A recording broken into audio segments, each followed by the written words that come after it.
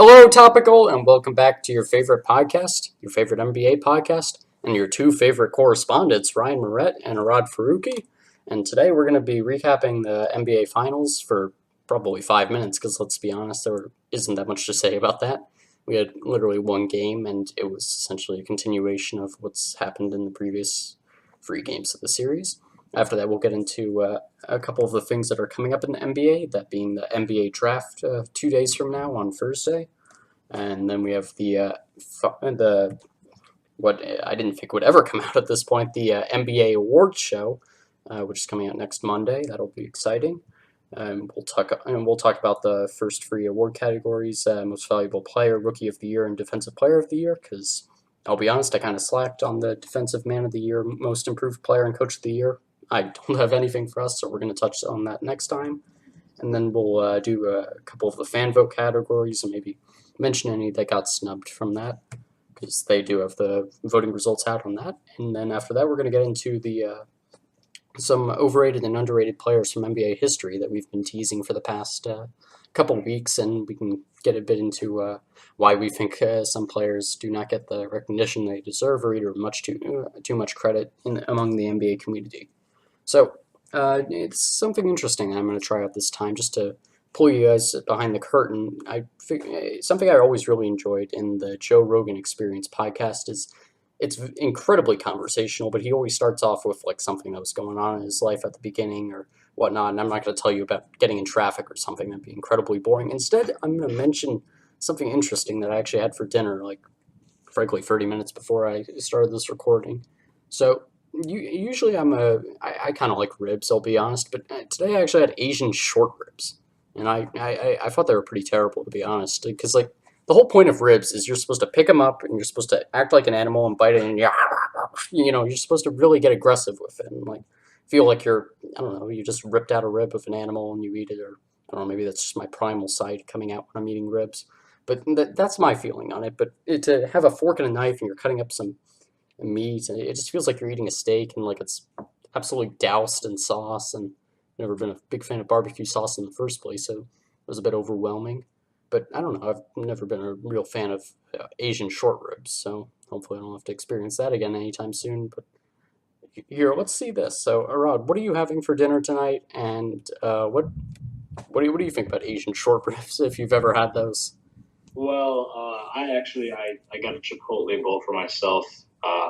Was driving back from somewhere, just decided to pick something up on the way instead of having to have my family make something for dinner, just to make it a little bit easier having to cook for one less person. So I just picked it up on the way, but I actually have never had ribs because I don't eat pork. Oh yeah, that was an awkward question. I apologize. No, it's totally fine. No, but I mean, ribs, I've seen them a couple times, and to me, I like you said, I feel like they're similar to like wings in a sense, where like you're really just supposed to kind of go ahead and eat them, and I guess I would assume you wouldn't really get the same feel of it if they're shorter. So I can see why that would have been a little bit annoying. Yeah. So what's usually your Chipotle order? Oh yeah, no, I get some brown rice. I hold on the beans. I get chicken, cheese, sour cream, hot sauce. I technically prefer all my taste and stuff a little bit on the spicy side.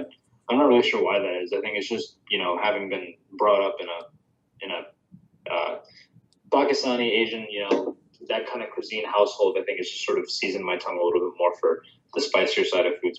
I'm definitely more on like the hot side than I am on the dull, bland, or sweet sides, I guess.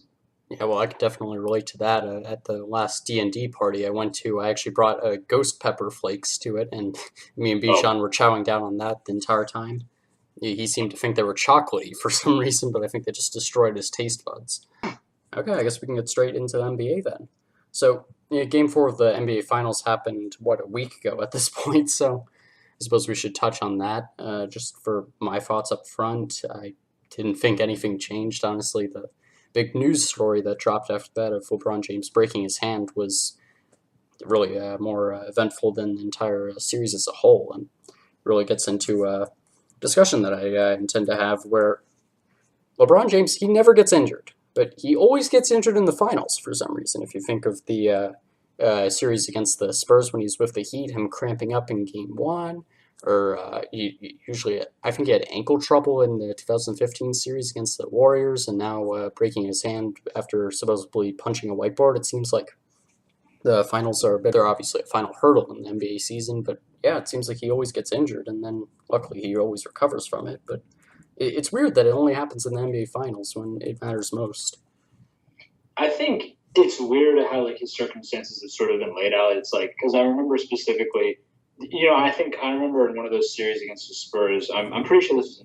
I can't remember exactly if it was in 13 or 14. I would imagine it was 14 because 14 was definitely the worst series for him Yeah, between the two because he had a historically. Everybody always talks about the whole Ray Allen thing in 2013, but I mean, LeBron James had one of the greatest NBA Finals of all time in 2013. He had 16 points in the fourth quarter of that game six to put them, to tie the game and take leads and stuff to basically put them in a position to even be able to win that game. I get Ray Allen put like the cherry on top, but LeBron James provided the whole milkshake, if you will. So, yeah, no, but you're right. Like, I just feel like because the most recent one, obviously, when he had the severely bruised hand or almost felt broken, whatever it is. I'm not sure what the official injury was diagnosed as. I think it was a contusion, but I saw a picture. His hand was clearly swollen. For anybody who's saying that he's not injured and that he's faking it, you're stupid because I mean he lost the series. It's really and he really didn't need any sympathy because everybody was already saying he was going up against a stacked team. Um, I mean, he was already the sympathetic figure for what he did, taking such a horrible team to the final. So there would be no reason for him to have to plan something like that. And way too many people would have to be in accordance. Like he would have had to get the doctor on board, the whole team on board, the coach on board. yeah, like J.R. Smith would have screwed up or something and be like, "Oh, I feel so bad Yeah, about LeBron James' foot exactly. or something." And then like two different reporters from ESPN reported it. Like it's absurd to think that that it's even remotely fake. Like he went, he had two MRIs, he was wearing a cast. No doctor is going to give him a fake cast. Nobody's going to do that. Like he'd have to get all the beat reporters and all like the people who are close to it. Like management would have to sit the entire team down and like the entire coaching staff down and say, if anyone asks if LeBron's hurt, say it. Like it's unreasonable, but. Yeah, I don't know. It's weird what happens to him circumstantially. I really just feel like when he's pushing as hard as he does, which I believe that he tries as hard as he ever does in every NBA Finals because I mean, like if you just compare his Finals performances to how he plays across the rest of the year, I mean, like the greatest game in my opinion, the best game he played this season was like playoffs and regular season included was in my opinion Game 1, 51 points, 8 rebounds, 8 assists. Not I don't remember how many blocks and steals, but I Yeah, I think he think it was shot I think it was like 2 blocks and 1 steal. 2 blocks. Exactly. Yeah, he played really good defense in that game as well. Was the reason that they were able to limit the Warriors to only 107 points in the regulation period because the game went to overtime. And 107 doesn't seem great for regulation, but when you're playing the Warriors and they're averaging whatever it is 112, 111, you'll take that for sure. And he guarded Kevin Durant tremendously in Game 1 as well. I think she shot 1 of 7 from three, and overall for the night didn't play very like he had a very quiet 20. I think he had 26, maybe 29 points. Can't remember exactly, but he held him just when every time he exerts himself. I think he just makes himself a little bit more vulnerable to like I guess it's just something going wrong. But the self-inflicted one is literally just an emotional like outburst because J.R. Smith made a mistake. As far as the cramping goes, I know there were rumors that year that Greg Popovich told like someone in the arena to turn off the AC so that it would become and like the Spurs were practicing without AC so that they would be conditioned for the game, whereas the Heat players would have much more difficult time being in the arena, getting up and down the court without AC in the building. I believe that. I don't know. I personally believe that. I just feel like it's something. I just when I think of Greg Popovich, I really don't think that he's the type to rule anyone out. I really feel like he's the type who would take an advantage like that, not because he's like conniving or anything, but just because he feels genuinely like if you're coming to my building to play, then you need to be ready to play regardless of what I give you. So I actually don't have a problem if that is true. Cramping, I think, yeah, that is something that's happened. That happened to him this year as well in Game 1 or Game 7 of the Indiana series. He left, I think, with like 8 minutes left in the fourth quarter. He sat for 5 minutes with cramps and he Yeah, went to that's the right. back and got something like that. As far as the ankle, I actually don't know too much about that, but I would believe it. I think 2015 would have been the prime year for him to get injured because of literally having to do, like, he was taking like 30 to 40 shots a game. Like, that's the most inefficient stretch of games in his entire career, just because of the sheer volume of points that he was trying to produce, um, which is incredible.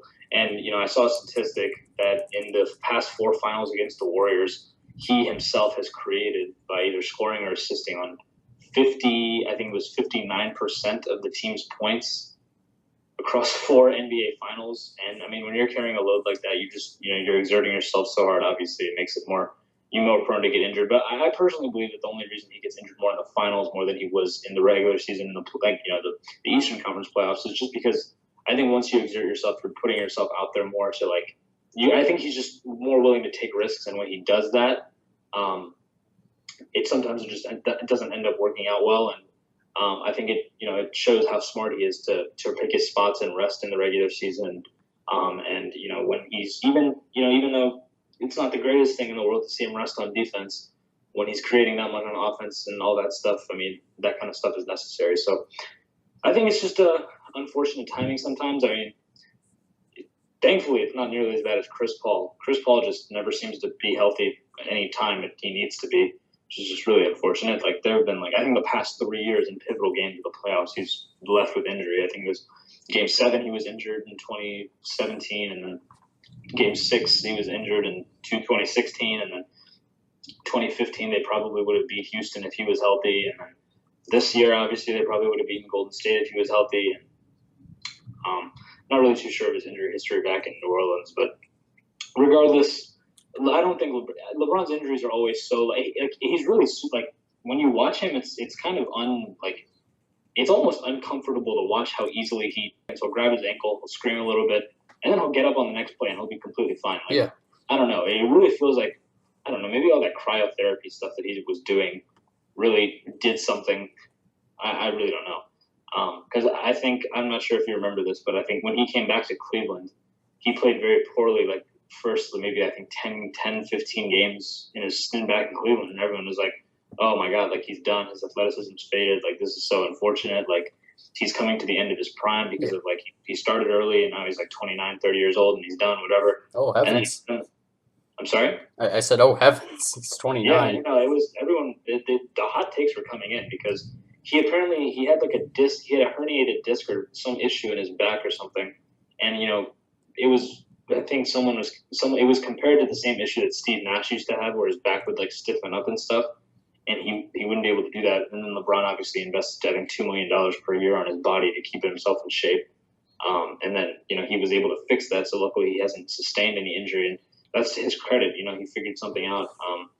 But I think, naturally, just when you're an athlete and you're doing that kind of high energy stuff all the time, running that much and jumping all over the places, you're just bound to have some tiny little nicks and cracks. And I think that's all that really happens to him when the season gets deep. I don't think it's that big of a deal. Yeah, I'd probably agree with that. But just looking at his injury history, he's actually had a ton of ankle injuries. It's just it never takes him out of games, and he's always powering for it. Obviously this year in that Pacers series, but going back to 2015, apparently it happened twice, both in the finals and in the series against the Bulls, where I can quote what it has written here. Dang it, why did I delete that tab? Let me pull this up real quick from SB Nation. Okay. James was going hard on a fast break and stepped on Derrick Rose's foot, go figure. While trying to make a move, he stayed on the ground for several minutes before walking gingerly to the bench under his own power. So, yeah, it just seems like he's always turning his ankle, and not always, yeah, but it happens more than you would think with a player like LeBron. And, yeah, all your explosiveness comes from your ankles, but it seems like that injury happens a lot more than something like his back or the cramps or his neck or whatever. So, yeah, that's certainly something to watch in the future, but I don't know. It's never stopped him before. Yeah, I mean, he's extremely durable. I think even I feel like it's just weird because you've never seen anyone who's of that size be able to just shake off foot injuries and stuff like that. With bigger people and larger athletes, it's anything to their lower extremities, their knees, calves, thighs, quads, Achilles, ankles, Especially whatever. the feet. Yeah, feet especially. Greg Oden, poor guy. And I mean, that was a big concern. I think with either Joel Embiid or Ben Simmons. Can't remember. Yeah, I think it was both actually. But yeah, no, he's been very lucky to be able to sustain himself and everything, and hopefully he can keep it up for the next however long he wants to play, 5-6 years, whatever it may be. But I mean, I don't know actually, because if he ends up playing like 22 years, everyone's going to be like, oh, well, he played longer than everyone. That's why he has all these records. Yeah. So that's going to be annoying. But when you're LeBron, you're damned if you do, damned if you don't. So you should just do it every once. No, absolutely. And with the foot injury thing, like the player I always think of with that is actually Bill Walton, with him being an incredible player with the Trailblazers leading a kind of. I mean, it was a good team, but it wasn't a great team compared to those other teams during the '70s. And he basically led them to an NBA Finals, and then broke his foot, and he was never the same. But yeah, hopefully LeBron James can stay as healthy as he ever has, because at least for me, that's one of his most impressive accomplishments. Is just you can always expect him to be on the court in the NBA, and it's almost bizarre to a certain extent, like that he's the longest he's ever really been out of the NBA was like for that one 2 week session in 2015 where I don't remember exactly the circumstances, but I remember the hot takes of him just going down to Miami to relax or something during the middle of the season. I think he had like a neck injury and he really didn't want to nurse it in Cleveland. He needed some time away from the dysfunction. I think the team wasn't playing too well. He wanted the front office to make moves. He was only signed to, I think, a 1+1 deal, something like that. So, I don't know. I mean, they worked it out. They went to the finals. Kyrie's knee broke. Kelly Olynyk is the reason LeBron doesn't have 4 rings. Yeah. But that's one of those moments in NBA history that I just feel like damn, like if you could just replay like one play, like Kelly Olynyk snapping Kevin Love's shoulder, that I wholeheartedly believe that if LeBron James had one 20-point scorer, like one actual 20-point scorer in those finals, even 19, like 18 points, whatever it was. Because I think the highest was like Tristan with like maybe 13, something like that. Dellavedova had like maybe 9. Dellavedova was really only valuable for his defense. If he just had one score, I believe that he would have been able to easily beat Golden State in 6 games. Because I mean, he had a 2-1 lead. It was just when Golden State made the switch to play Andre Iguodala, in Game 4 for Cleveland, it threw a whole new dynamic that the Cavs were. Their goal in that series was to slow it down, grind it out, slow defense, and just have LeBron take over in the half court. And that's personally why I believe he's one of the greatest players. He's the greatest player currently, and top 2 greatest players of all time. Is that he's willingly able to completely control the pace of the game whenever he wants. He can slow it down. He can play fast. And he's the only player currently that can really control a pace like that. Because I mean, Steph Curry can't play slow. Durant doesn't play slow. Like none of those guys play slow. Even Kyrie, like he can theoretically he can play in a half court, but with all his dribbling stuff, it's really never slow to watch. It's just all high speed all the time. But yeah, I mean that was their goal. And then when they presented this whole small ball lineup with Iguodala starting and Draymond Green at the 5, it just threw a whole new look at Cleveland. Obviously, with David Blatt as a coach and no actual talent to help them, navigate that. It was just too much of a curveball thrown. They ended up losing 3 straight, but it is what it is. Such is life. Yeah. Another finals trip. Kelly Olynyk will always have a career in MMA if he ever wants to give up on basketball. Honestly. Okay, so do you have anything on Game 4 that you actually want to talk about, or should we just not even give it the credit that it deserves, finals game, and just completely skip it? I mean, Durant played well. I mean, there's really nothing to say. Like, as soon as you saw that Golden State was engaged enough to actually win the game, that you knew it was over. Because, I mean, and then obviously LeBron only took 3 shots in the second half. He essentially gave up. And I hate how everyone's criticize, he gave up. Like, shut up. Like, no man is going to waste energy and exert himself to potentially risk an injury when he's already has a hurt hand to go out and try his hardest to win 4 straight against the greatest team of all time. Like, it's just, I don't care with all the hot takes saying Kobe and Michael wouldn't have given up like that. Kobe Bryant literally did the same thing, so shut up. And Michael Jordan probably did the same thing earlier in his career as well, when he was probably facing the 86 Celtics or whatever and saw that they were down 2-0 and just ran out of gas. I mean, LeBron still averaged 34, 9, and 10 on 54% shooting. I mean, he was great, and unfortunately, his team wasn't good enough for him to secure a victory, and that's really all there is to it. The only real thing I guess I want to say about the finals in general is I just hope that eventually, like the media and everyone who criticizes people for losing it, like first and foremost, LeBron is the only player that gets criticized for finals losses. Like, I Yeah. mean, nobody harps on Durant losing a finals. No one harps on Curry losing a finals. Nobody harps on Jerry West for losing 8 finals. Like, nobody harps on Magic Johnson for losing 4 finals. Oh, Magic Like, Johnson didn't have any talent during those finals, though. yeah, it's like, yeah, I mean, but like in general, Oh like no, no one I has. was being sarcastic actually. Yeah, exactly. Like it's like yeah, he went to 9 and he lost 4, and like I get it, he won more than he lost, but it's like automatically like it's not like if Magic Johnson was 3-4 in the finals, everyone would have been like, oh my god, like Magic Johnson sucks. Like nobody would be saying that. Like everybody would still praise, love Magic Johnson, adore Magic Johnson. Like you have Tracy McGrady is adored, and he never won a playoff series. Like the fact that people try and make it such that finals losses are somehow worse than other playoff series losses is stupid. It's like because like if you were to give any NBA player a choice and say, would you rather lose in the first round or lose in the finals? Every single NBA player is going to say, I'd rather lose in the finals because you made it to the like you won 3 rounds in the playoffs. Like what I'm not sure what the exact numbers on this would be, but like if you total LeBron's playoff series losses versus Jordan's playoff series losses, the disparity is probably not going to be very big because of all those years that Jordan didn't make, like the years he lost to the Pistons and the Celtics, the year he lost to the Magic, all that stuff.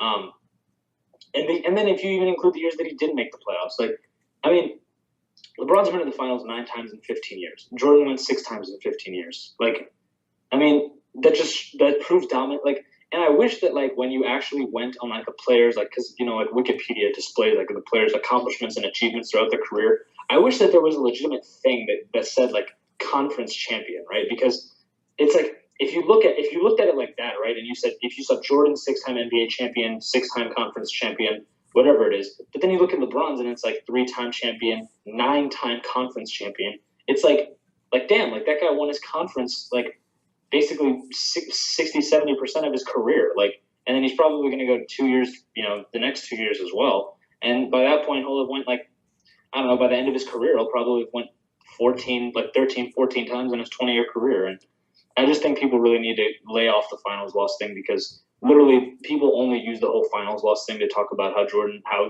won as many finals as LeBron has lost, which just doesn't make any sense because as we're going to get into later on when we talk about Scottie Pippen and those other underrated players, we'll get into why Jordan's rings are a little bit overrated in terms of his legacy. Yeah. But yeah, people just need to harp off LeBron. Like they need to get off of LeBron for the finals losses. Like Oh yeah. And just to I mean, there are easily 3 years where he probably like 15. He probably shouldn't have made it past the Bulls without Kevin Love, and then like there's 2012 where he shouldn't have made it past the Celtics, and then there's 2014 where he was really in a bind against the Pacers because D Wade and Chris Bosh weren't playing well, and then there was 2018 this year obviously where he shouldn't have made it, and then 2007 where he really shouldn't have made it. He played like 6 or 7 Hall of Famers on his path to that finals. He had to put up 48 points and score 48 points and 29 straight to close out the game in order to win that game 6 against the Pistons. But whatever, it is what it is. All these blind haters will eventually understand. Yeah, and just probably in 10 years. Yeah, no kidding. It seems like whenever the guy retires, if it's like 5 or 6 years after, they're like, "Oh wait, he was actually pretty good," and they're all disappointed because they didn't enjoy it in the moment. But even to give them credence and say, "Okay, maybe finals record does matter in the equation," well, then you have to look at some of the context. So in front of me, I have an article from 538 titled "How Much Should LeBron's Finals Record Hurt His Legacy?" So here's the pre-finals winning percentage predicted for the LeBron-led teams from 2007 to 2018, his 9 finals appearances. Against, why did I almost say Sacramento? I meant San Antonio. He had a pre-finals winning percentage. He had a chance of winning the finals of 27.5%. In the Dallas series, 55%. So sure, you can say that was bad. But in the next one against OKC, it was actually 30.8%. Against the Spurs in 2013, 67.4%. So actually, that's kind of surprising. Maybe that Spurs team wasn't as good as we think it was. But the next year, that Spurs team was way better, and the Heat only had a 20.9% chance of winning. And then against the Golden State Warriors, it gets ugly.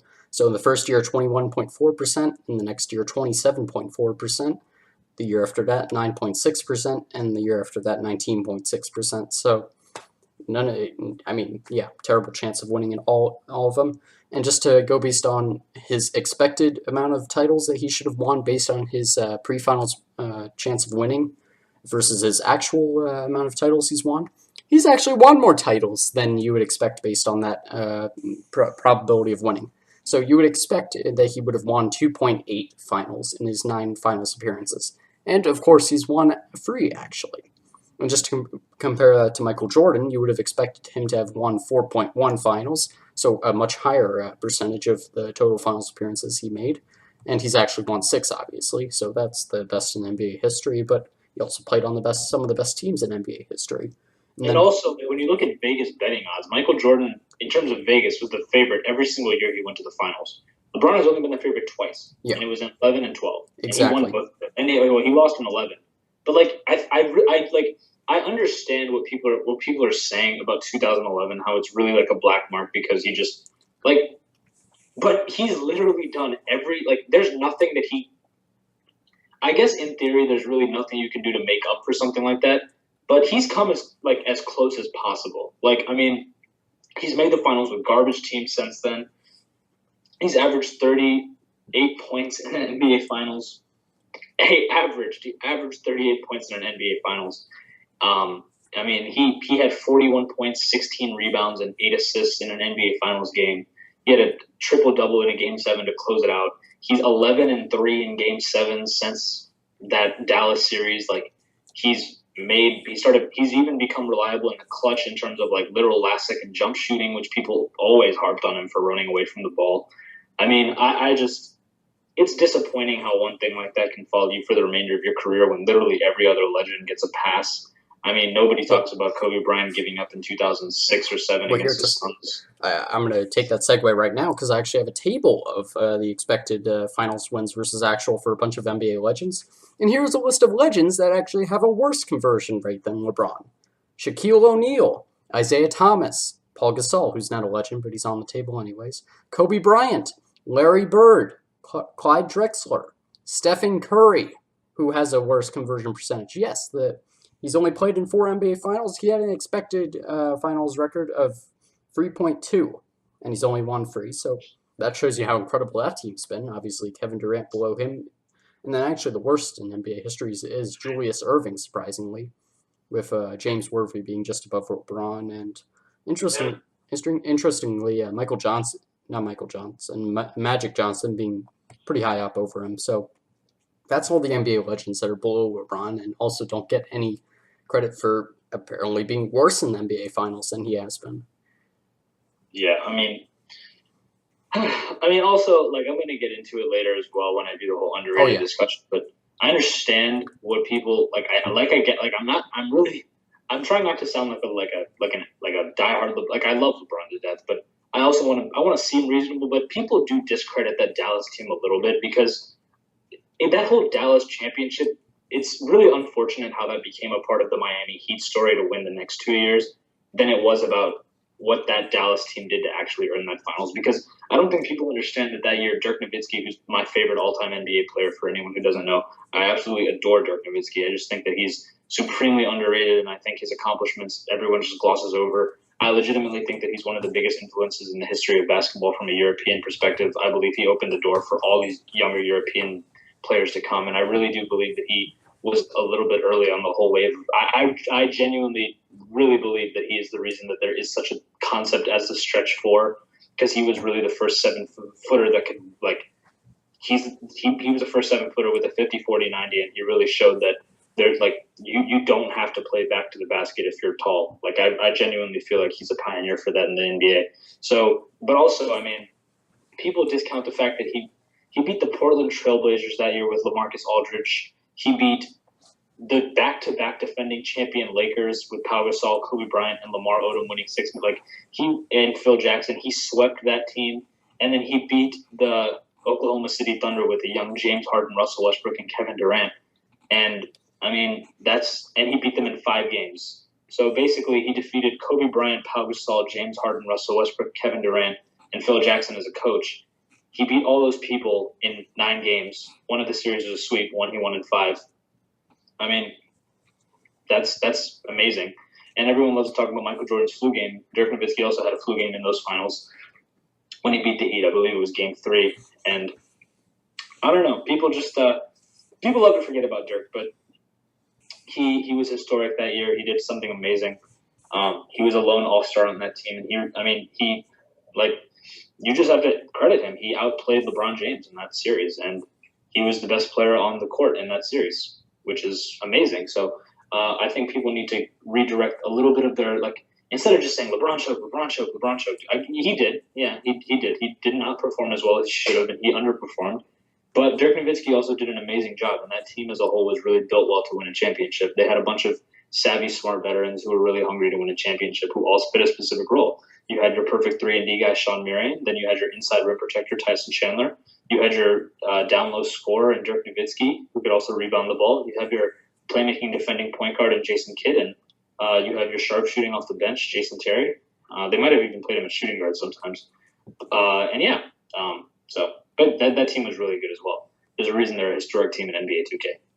Oh yeah, including the We Believe Warriors, of course. But they pick some weird ones for the historic NBA teams for NBA 2K. Yeah. Okay, so the other revolving question around this NBA Finals is obviously the Warriors dynasty and where they stack up in terms of history. And that's something we always love talking about because we consider ourselves history buffs on the NBA to some extent. Ooh, almost choked on a blackberry. That would have been awkward. So, just to give some context to this, 538 conveniently also has an article titled "Are the Warriors Now the NBA's Greatest Dynasty?"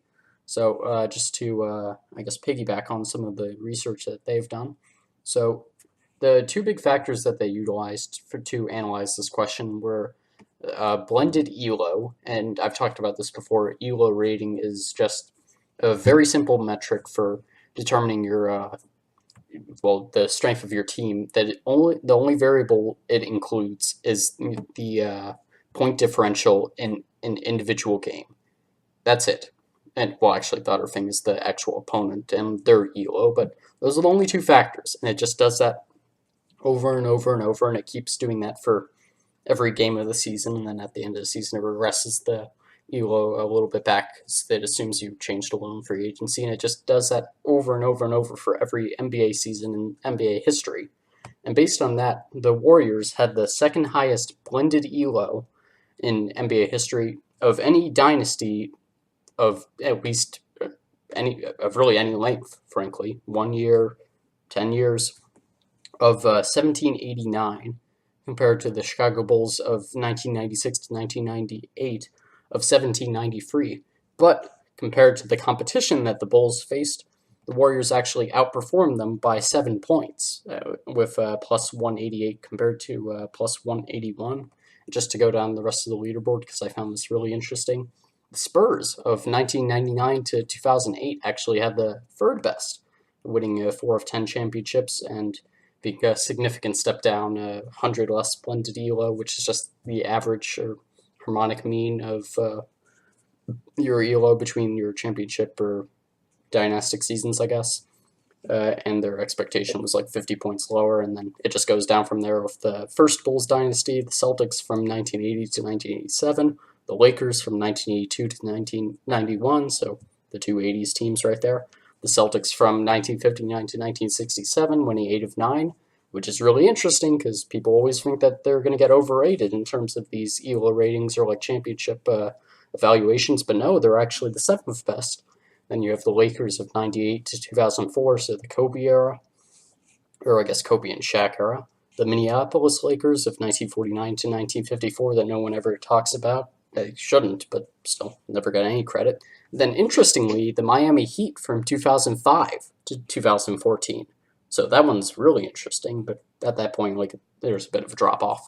So I think that's pretty conclusive that the Warriors are, if not the best, then tied with the late Bulls era for the best championship dynasty in NBA history, and I don't think it's too hard to make a case for it. Frankly, I'd be curious to see anyone try and argue against them, at least being on par with the Bulls, if not better than them.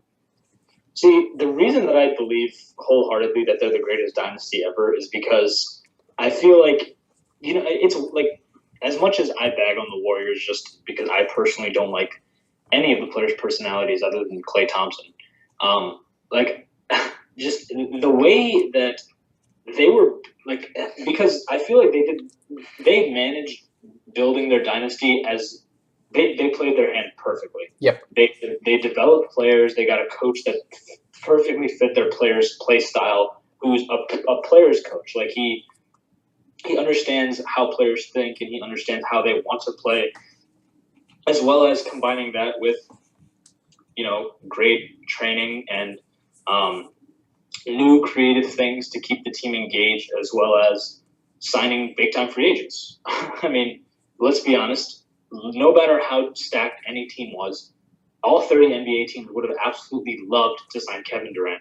Every single one. There's not one team that would have said no to Kevin Durant when he was a free agent in 2016. The Cavs would have taken him, the Spurs would have taken him, the Celtics, the Warriors, the Orlando Magic, the Toronto Raptors, the Phoenix Suns, anybody, the Dallas Mavericks. Literally any team would have taken him if he had showed up at their doorstep and said, hey, I want to play here. Every single team would have said yes.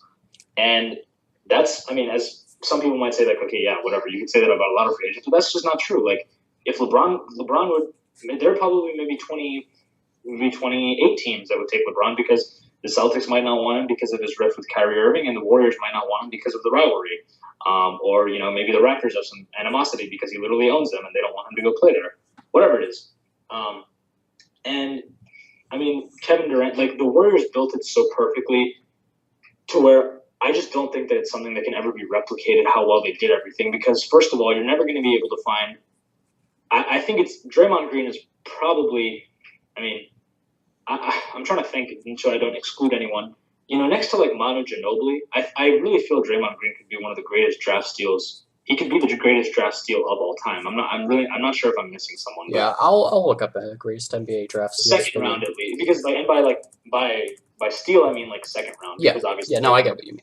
First round, because I think Draymond Green was picked 35th overall in the 2012 NBA draft, completely raw coming out of Michigan State, and they developed him in his peak year, which was when they won 73 games. He was averaging 14 points, 7 assists, 10 rebounds, 2 blocks. He led the league in steals last year. He's been a defensive player of the year. He's made all NBA teams. He's been an all-star. He shot 40%. Not this year. His shooting has been really in decline for the past 2 years, but prior to that, he was a really good shooter. He was shooting 40% from three. He was shooting, I think, 48% from the field. He was efficient, phenomenal defender, phenomenal help defender, great vocal leader. They turned a player who would have been completely trash probably anywhere else had he went. If Draymond Green had been drafted by any team that wasn't either the Spurs, the Warriors, I'm trying to think of else who's really good at like talent, the Jazz. Like if he had been drafted somewhere that wasn't one of those really good, like smart, like where the brain power at the top of the organization isn't like top and really high, like he would have had a horrible career. Like he would have just been a raw talent who never got developed properly, and nobody ever capitalized on his skill set because they would have just put him to the side and been like, dude, like you're undersized, you're too small to play center, but you're still too small to play power forward, but you don't have the skills to play small forward, so like I'm sorry, you just can't play. Like whatever. Like he would have been a bench warmer on a lot of teams. Maybe Thibodeau would have liked him for his defensive stuff, but offensively he probably would have been like, I don't know where the hell to play you because like you're undersized for this, but you're not fast enough for this, you're too big for this, you're whatever. Like the Warriors need credit for what they were able to do in terms of developing their players and also for making the right moves and building a culture that makes it such that players want to take less money to sign new free agents. So, and like also just when you think about it, no team has ever had 4 All-Stars before. Like, no, like you could legitimately make an argument that you could make the All-NBA third team 4 of the Warriors. Like 4 of the Warriors could be 4 members of an All-NBA team on their own.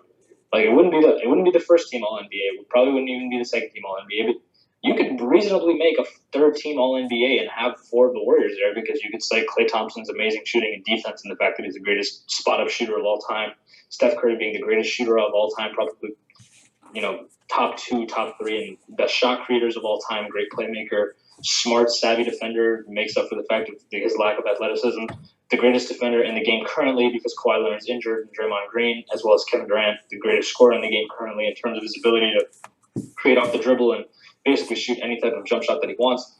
You could legitimately create that. And the thing with the Bulls is I don't think you could have done that with the Bulls because obviously you have Michael Jordan who was there, Scottie Pippen as well because of his versatility, but their third piece, Dennis Rodman, and whoever it was, I guess, in Yeah, I'll see first who that was. I don't actually remember either. I think it was Horace Grant, but yeah, like they never had like their third piece with their tertiary star was never like a superstar in his own right. It was just what he was able to do to complete what the other two did.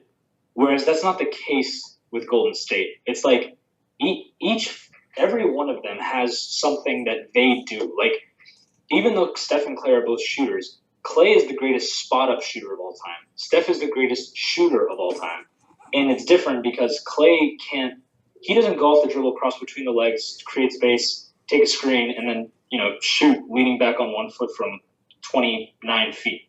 Clay he's brilliant at running off screens, running around the court, losing a defender without having to handle the ball. Like he's probably, in my opinion, he's probably the greatest NBA player ever at doing that, at losing his defender without actually having to dribble the ball. Like he just moving without the ball. Basically, he's so good at it. He always finds the right lane where he sees he always notices where the defender won't be watching him, and then he cuts away, and then he runs to the other side of the court. He'll make a cut across the baseline to the opposite corner. He'll come off a screen and be wide open on the wing.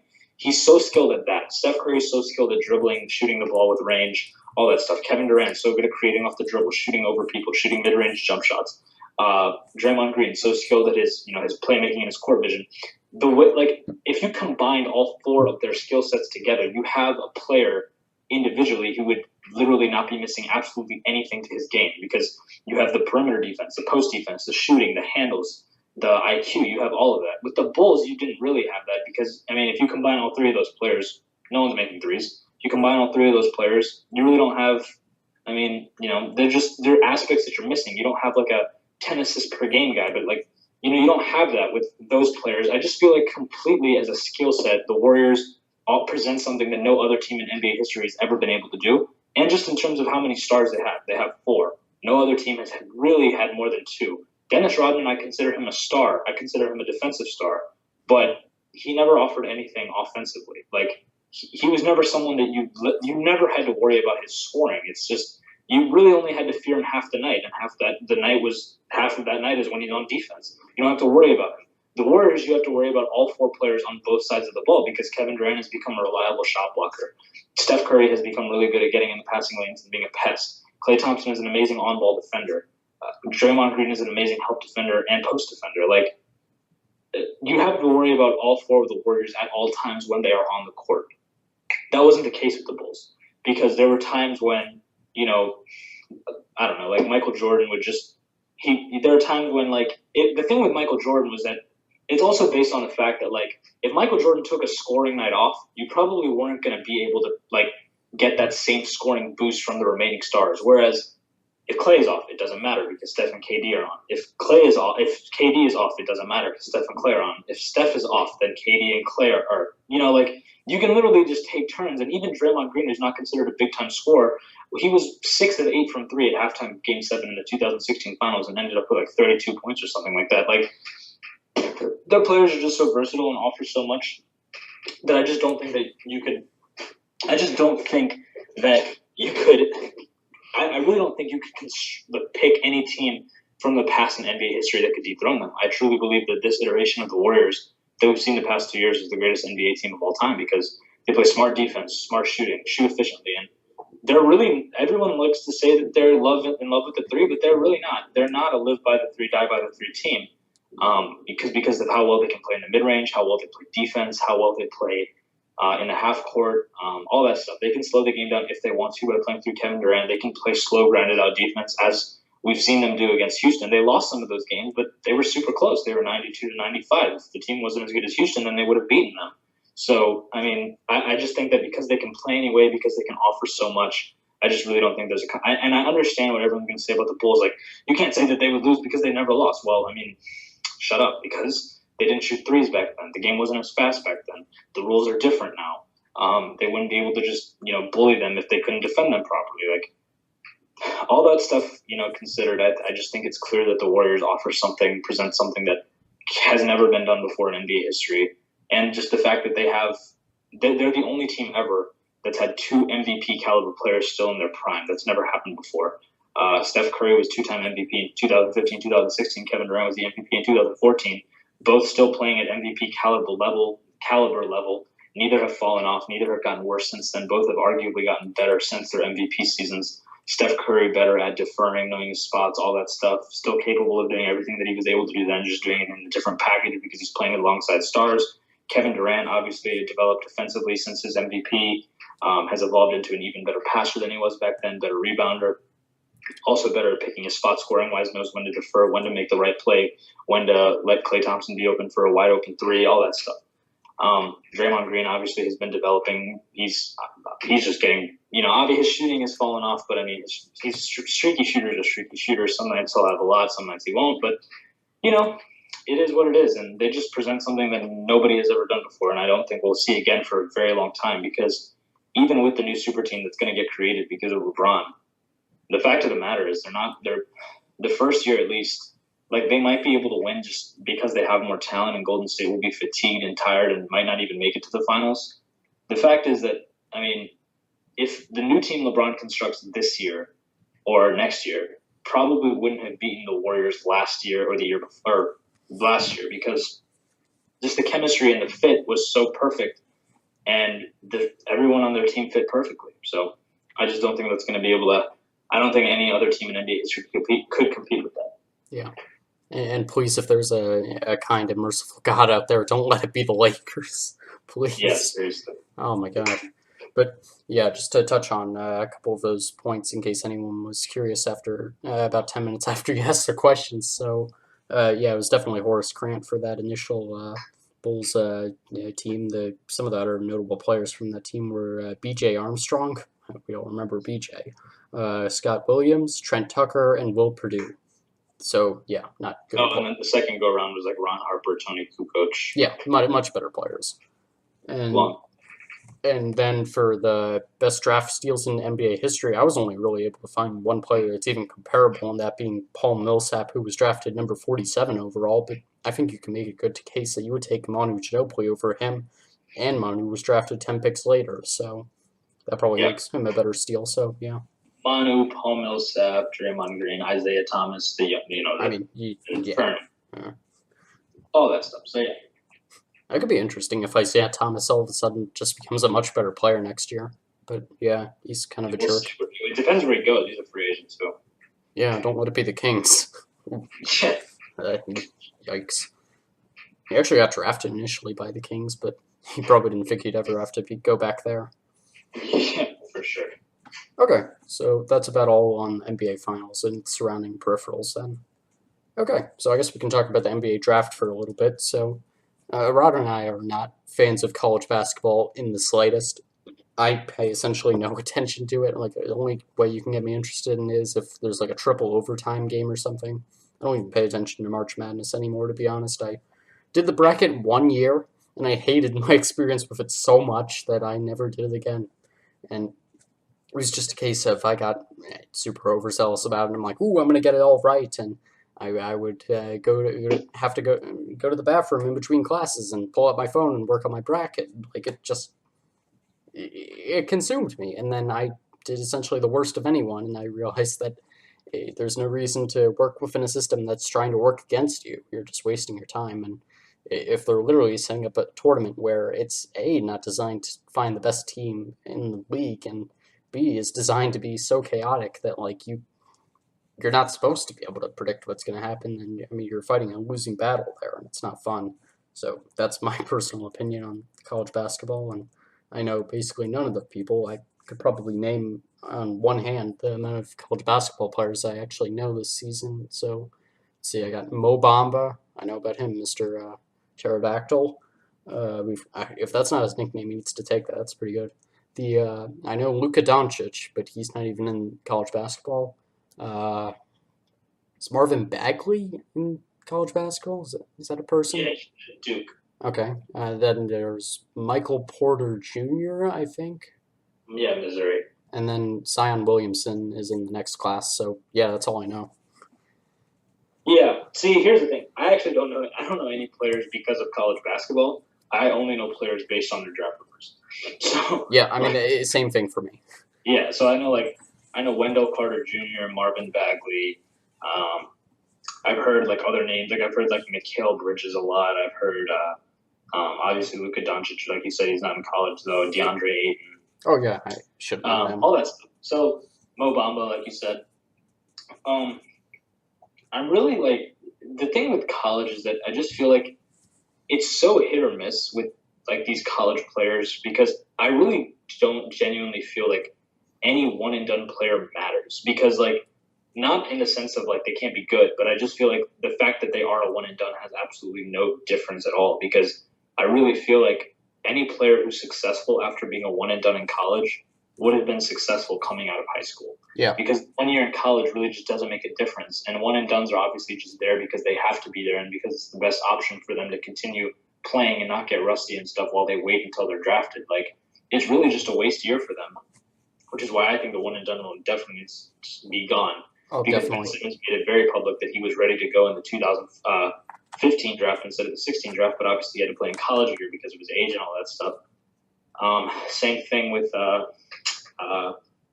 there are a lot of one and done players who have said that it was useless. I just can't think of any off the top of my head. It's really just a system for the colleges to make money and exploit these young athletes for their talent, which is a shame. The NCAA, in my opinion, should definitely pay their players. You can have a longer, in-depth discussion about that another day. Not sure if we have or not No, we already, but have. Yeah, yeah, we I did. mean, I we can think obviously bring it up again, but yeah, definitely check out a previous podcast. I wish I had the exact number that it was, but I don't know. yeah, Listen to them all; they're good. yeah.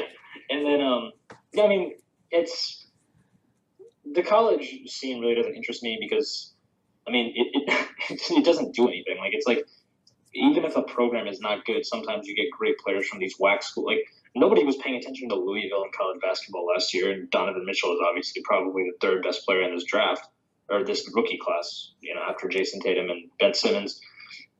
I mean, it really just doesn't make a difference. I mean, the only time we're even really going to be thinking about college is when a player has played for like 3 or 4 years and then they come to the league and it's like, oh wow, like that definitely made a difference for him. Like Malcolm Brogdon, for example, played 4 years at UVA, and obviously that made a difference for him because he plays like such a mature player. Like he makes all the right decisions and he looks completely comfortable being on the floor in clutch situations. He's like a adult rookie, like he's like a grown rookie. He was also 24 during his rookie season, but all of that experience and stuff helped him win Rookie of the Year last year. So Yeah, definitely. Obviously, an easy year to win it, but still, rookie of the year is a rookie of the year, and yeah, it is interesting how different it is from college football. Like you'll see a ton of people who are just fans of teams and couldn't care less how bad the team is or what players are on it, but that really doesn't happen with college not baseball. When I say that, college basketball. Oh, I remember why. Because I was going to make an argument for, at the very least, the NBA, if it's going to get rid of the one and done rule, has to put them in the G League at least and do that whole thing that Adam Silver's proposed, where they just put the players who would be one and done or like are under 19 or whatever in the G League for a year. So at least like NBA teams can try them out. Because when you look at baseball, if you have a bust in the draft or something, you're going to find out in the minor leagues. You're not going to have some bust make it to the majors, and that's a dumb yeah, thing about the NBA, where like you'll have busts in the actual NBA. Like you should be able to find out before they're actually playing in NBA games if they're good or not. And it's yeah. ridiculous that we still have this whole ambiguous thing where it's like, ooh, is he actually good? Well, we'll find out once the NBA season starts, and it's just silly. I can't remember which player it is, but there actually was one college player who opted, or one high school player who opted to do the G League thing. So Yeah, he was yeah, I saw playing it. G League I this year. think we actually mentioned him earlier, but Yeah, I don't remember his name, yeah, I'll check. but regardless, well, I guess we'll see if he makes it. Then everyone's gonna be like, "Oh my God, like he was the first to do this G League thing, and now he's really good." So he's gonna be a trendsetter if it works out for him. Yeah, definitely. Let's see. No, I can't find his name. I'll find that later. But yeah, in terms of the draft, we've talked about how we would change the actual draft system. And yeah, it's just It's kind of silly. Honestly, only thing I'm going to be looking for in it is just where Mo Bamba gets drafted because I'm curious to see how he does. He seems like he knows how to actually use his wingspans and just one of those players that has long arms that doesn't know what to do with them. So See, that'll here's the thing that I keep reading this about Mo Bamba. I've been reading a lot of draft stuff the past couple of days because I'm looking forward to the draft night because sometimes you get some really cool trades on draft night. oh yeah, Obviously, the Jimmy Butler trade happened last year on draft night. The Kawhi Leonard trade happened in 2011 on draft night. might happen again. Yeah, Kawhi Leonard gets moved to the draft twice in his career. That'd actually be really cool, but that probably won't happen. I think Popovich is probably going to down on that. Take some more time, but regardless, I'm interested to see if the Grizzlies make a move because I've been reading rumors that they want to package the Chandler Parsons, and the fourth pick to either move up or, well, I doubt they're going to be able to move up because I don't think any of those other three teams want Chandler Parsons because at this point, Chandler Parsons probably isn't wanted by any team in the league other than like Orlando, and the Dallas because he has such a good relationship with Mark Cuban or whatever. I'm going to Disney World. Yeah, Chandler Parsons and the fourth pick might get moved together. That would be interesting to watch. Obviously, Cleveland with the eighth pick. I think whether or not they make a move on Thursday with the eighth pick, if they try and trade him for a star, then that's probably going to signal the fact that LeBron told them, "Hey, I'll stay if we can get a better team." So, yeah, I think LeBron deep down. I think we've talked about this. I'm pretty sure LeBron's real preference is to stay in Cleveland.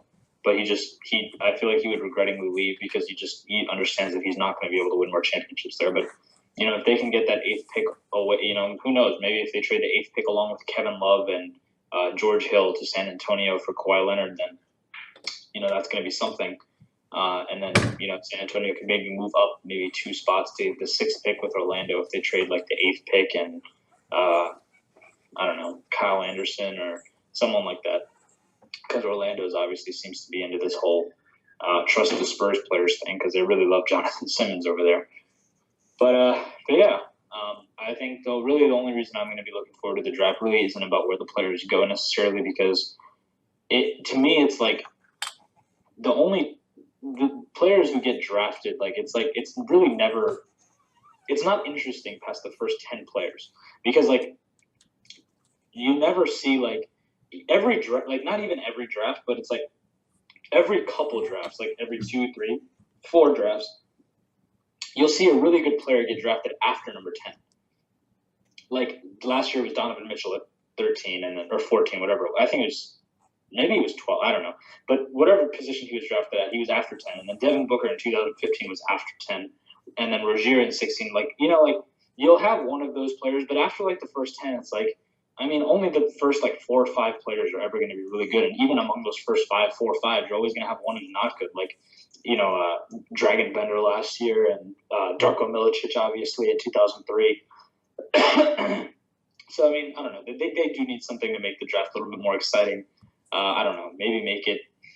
I don't know. I think the whole one and done thing makes the draft worse because also it's NBA teams kind of feel more prodded to pick these one and done players because they have that 1 year of college experience. But I don't know. I just feel like we'd actually see a lot more talent being injected into the league immediately if players are coming out of high school because there's to my recent memory at least to my memory there's no player who came out of high school and was bad. Dwight Howard came out of high school, he was amazing. Kobe Bryant came out of high school and he ended up being amazing. Kevin Garnett came out of high school. He was amazing. LeBron came out of high school. He was amazing. J.R. Smith came out of high school, and he ended up being really good for a couple of years. But he's been one of the more entertaining and more fun to watch players in the league. Obviously frustrating to watch sometimes, but granted, he was really fun, really athletic during his prime. And you see players who are legitimately ready to play in the NBA when they come out of high school. Yeah, and that's just how you get the best talent, in my opinion. So I think if they reopened it, because we also there are also probably players that we just never heard about. There are probably players who maybe played in high school, right? And then after their senior year, they just really didn't want to go to college. And then maybe they just did something else and that just derailed them from ever being able to play in the NBA. Maybe they got caught up in doing something for a year and then it just never happened. You never know with stories like that what might be happening out there. But regardless, I'm really only looking forward to the draft for the trades that might happen on it and to see what happens with the pick movement. And mainly I'll be watching that Grizzlies pick and the Cleveland pick. Mm-hmm. All right, and I actually just pulled up top 15 worst NBA players drafted straight out of high school, and where are they now? Obviously, not going to talk about where they are now because mostly it's just mugshots and pictures of them in cardboard boxes. But just going through the list, we have Darius Miles, James Lang, Andrew Bynum, poor guy, uh, Nadubi Ibi, whoever that is, Desangna Diop, uh, Andre with a Ray at the end, Platachi, Martrell Webster. Oh, I remember him. Uh, we got Travis Outlaw. Yep, he's got a mugshot. Eddie Curry. Uh, Corleone Young. Ooh, that is a bad picture of him. We got Robert Swift.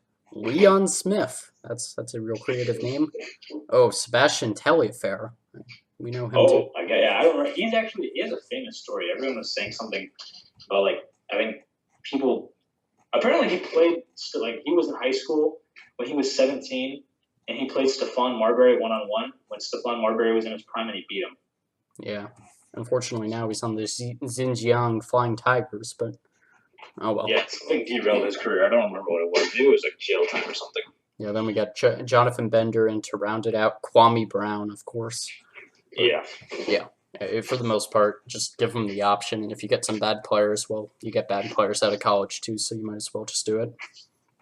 Yeah. And then touching on the LeBron James thing, I'm actually very against him staying in Cleveland. And in recent weeks, recent days, I've actually come around on the idea of him actually going to the Nuggets if he wants to choose a dark horse team. I think that would be a fascinating choice for him because it seems like every time he has a free agency cycle, the Nuggets are always in contention.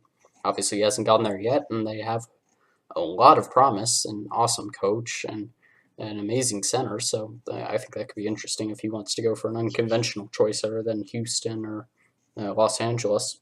The Nuggets with him would be perfect. Actually, him and Nikola Jokic's passing together would be a beautiful sight to see from a basketball standpoint. Like you'd just be able to see such cool passes all the time, like wraparounds behind the backs, behind the head, no looks all the time. That'd be super cool, super fast paced. But that would actually be like Showtime Denver. Yeah. That'd be really cool. And plus they have a lot of good shooting. And then Paul Millsap, who I think they're actually well acquainted. I just feel like when I used to watch, like when I watched him play Atlanta the second year after they swept, they swept them both times. But when I watched the second sweep, it was like, I don't know. I just feel like him and Paul Millsap have a lot of respect for each other. Maybe just because they went up against each other in the playoffs a lot and they played in the same conference for a long time. Actually, where did Millsap play before he played for the Jazz, so he got drafted by them. Then he got traded to Atlanta, and then he went back. That would have been cool actually if he went back to the Jazz. But anyway, Denver is a sweet option. You're right. They are a little bit of a weird dark horse in a lot of these free agent things because I remember last year I was reading something, and Dwayne Wade said that when he signed with Chicago in 2017 or 16, whatever. Yeah, no, it was 16. He played in Miami. The summer of 16 when he signed with Chicago. He said that he was very, very, very, very, very close to signing with Denver. It was almost almost like a surefire thing. Like he was going to play in Denver. And when I read that, I was really surprised because I never heard any rumors about him meeting with Denver. And I didn't even know that he met with Denver because I don't think he was on the list of teams. I think they said that he had met with Cleveland, Chicago, and Miami, which really that was all that made sense to me because obviously Miami is where he played. Pat Riley, championship history. Cleveland, LeBron's there, best friend, and then Chicago, which is your hometown, decent team. New big three with Rajon Rondo and Jimmy Butler, which was actually really good in the playoffs until fucking Rajon. Oh, sorry. Until Rajon Rondo. He's not that bad. Until Rajon Rondo broke his damn thumb. That was a shame. That would have been so cool to do. I remember Skip Bayless. This is a funny story. Skip Bayless, when in 2017, when the Bulls were the 8th seed, Skip Bayless was trying to make a case that if Rajon Rondo didn't get hurt in that first round series, that they would have went to the finals. Oh God! Because this is what he said. He said that if Rajon Rondo didn't get hurt, then they'd sweep the Celtics because they had all the momentum. I actually agree with that. Then he said that they would have played. So Boston ended up playing Washington in the second. Yeah. So they said. Then they would have beaten Washington because of their experience and because Rajon Rondo would continue to be playoff Rondo, who's really good. Jimmy Butler would be better than Bradley Beal and John Wall. I actually agree with that. Yeah, fair enough. Then he tried to say that the eighth-seeded Bulls would meet the two-seeded Cavaliers in the Eastern Conference Finals, and he said that Dwayne Wade would use a psychological manipulation like tactic on LeBron to make it such that LeBron didn't play as hard as he wanted to, and that the eighth-seeded Bulls would dethrone Cleveland and go to the finals, and it would be Rajon Rondo, Jimmy Butler, and Dwayne Wade playing Kevin Durant, Steph Curry, Draymond Green, and Klay Thompson, in probably what would have been the worst mauling of a finals we've seen in a long time. But yeah, he tried to make that case. Just a quick side note. Yeah, I know that would have been a fascinating conference finals at the very least. But now that sounds like him to set up a situation where they face the Cavaliers and LeBron, and then he chokes, and I don't know, maybe Jimmy Butler uses some small joint manipulation or something, and uses his inner Kelly Olynyk and takes out LeBron. And I don't know. Something like that. But yeah, no, Denver is actually a really cool fit. I don't know what it is about Denver. Maybe it does have some appeal because obviously it's illegal to smoke marijuana there, Yeah. and it's a cool place to live, Denver. Also, I really feel like this is a real thing. I'm not sure if NBA players actually think this is a real thing, but I personally think it's a real thing where like the whole altitude thing in Oh Denver yeah, makes it 100%. yeah, Shaq talked about how he used to foul shave in Denver, so he would have to play less minutes because he hated running there. So luckily, he never. I don't know if Shaq actually ever played Denver in a playoff series, but I don't think those Lakers ever played those Nuggets. But yeah, that's cool. So yeah, that would be cool. It'd work out well for him because he's already so conditioned. He'd get even more conditioned. So if he went and played in Denver and he got to adapt to all that altitude and all that stuff, and then ended up going to play somewhere like Miami or down in Phoenix or whatever, he'd be running everywhere all the time. So that'd be cool. But and I think you can make a really good comparison between like a team like that if they got Kawhi Leonard and the Warriors right now having Gary Harris, who is very similar to Klay Thompson a couple years ago. Then you have Kawhi Leonard, who compares pretty well to Kevin Durant, obviously not being as good on offense, but being much better on defense. Essentially, Nikola Jokic being the offensive version of Draymond Green, and then LeBron James obviously being better than Stephen Curry. So that'd be a fascinating series. But yeah, as you were saying. No, Denver would be a cool option, but I ultimately, in my heart, I really feel like it's going to come down to LA and Cleveland. I don't know. I don't like the Lakers. I don't want them to go there because ultimately, like, I acknowledge the Lakers as like Magic Johnson, Kobe, Shaq, Kareem, like LeBron. It would. I don't know. I just feel like it would minimize his stature a little bit because he'll never win as many championships as any of those guys. Kobe won 5 with the Lakers. Shaq won 3 with the Lakers. Magic won 5 with the Lakers. Kareem won 5 with the Lakers. Like, if LeBron goes there and he wins 1, maybe 2, it's like, he was the worst Laker. Like, he wouldn't have been. He'd be the best one who ever played there, in my opinion. But, he wouldn't never be considered the greatest Laker ever. He'd probably be considered, like, the 5th. Because everybody would always put, Shaq above him, Kobe above him, Magic above him, Kareem above him. Some people would put Jerry West above him just because of how long he played there and getting them to 9 finals. And then, someone put Will Chamberlain because of however many years he played there, and he was Will Chamberlain. But whatever.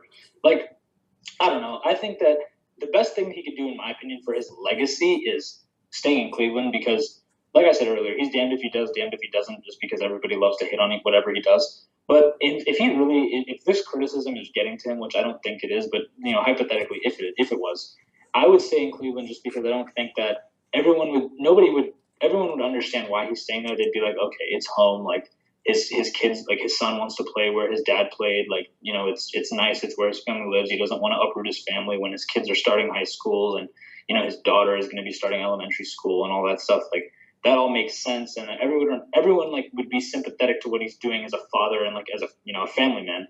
That would make sense. And plus, like, it's just home, and everybody would respect the fact that he wants to continue playing for his hometown and like he would retire, in his basketball career where he started basketball and where he's from. And like, I think it would be a feel good story, and everyone would understand. I think if nobody would continue to criticize him if he didn't make it to the finals anymore, because everyone would be like, I mean, dude, like he took that 2018 team and they were trash. Obviously, he's not going to be able to do it every year because, next year Boston's going to be better than them. Philly's going to be better than them.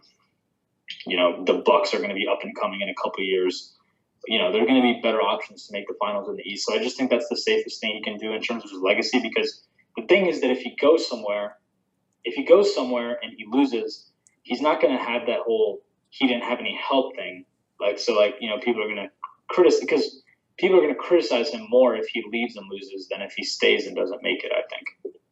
Yeah, I definitely agree with that. But as always with the public, I think they would remember for like a week that he stayed in Cleveland, and then after that, they would just criticize him for the losing Yeah, that's team. true. Yeah, I mean, it can go either way because the media is just horrible. But at the end of the day, I don't want him to stay in Cleveland because I just think that he should have burned the relationship with his, the owner after he accused him of quitting in 2010 and all that.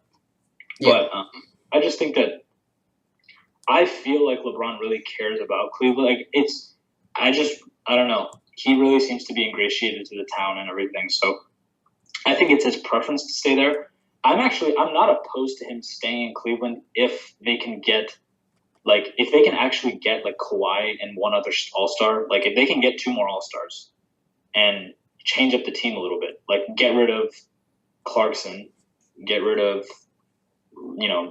I like Kevin Love, but I just feel like he kind of carries around like a whole I just think he unfortunately it's really unfortunate, but I just think he carries around this whole losing thing with him he was along for those three finals losses, and he was injured one year, and he lost all the time in Minnesota. And he has he's so inconsistent. Like I like him a lot as a guy, and I wish that he didn't need to be moved, but in order to make the team better, he's probably their best asset.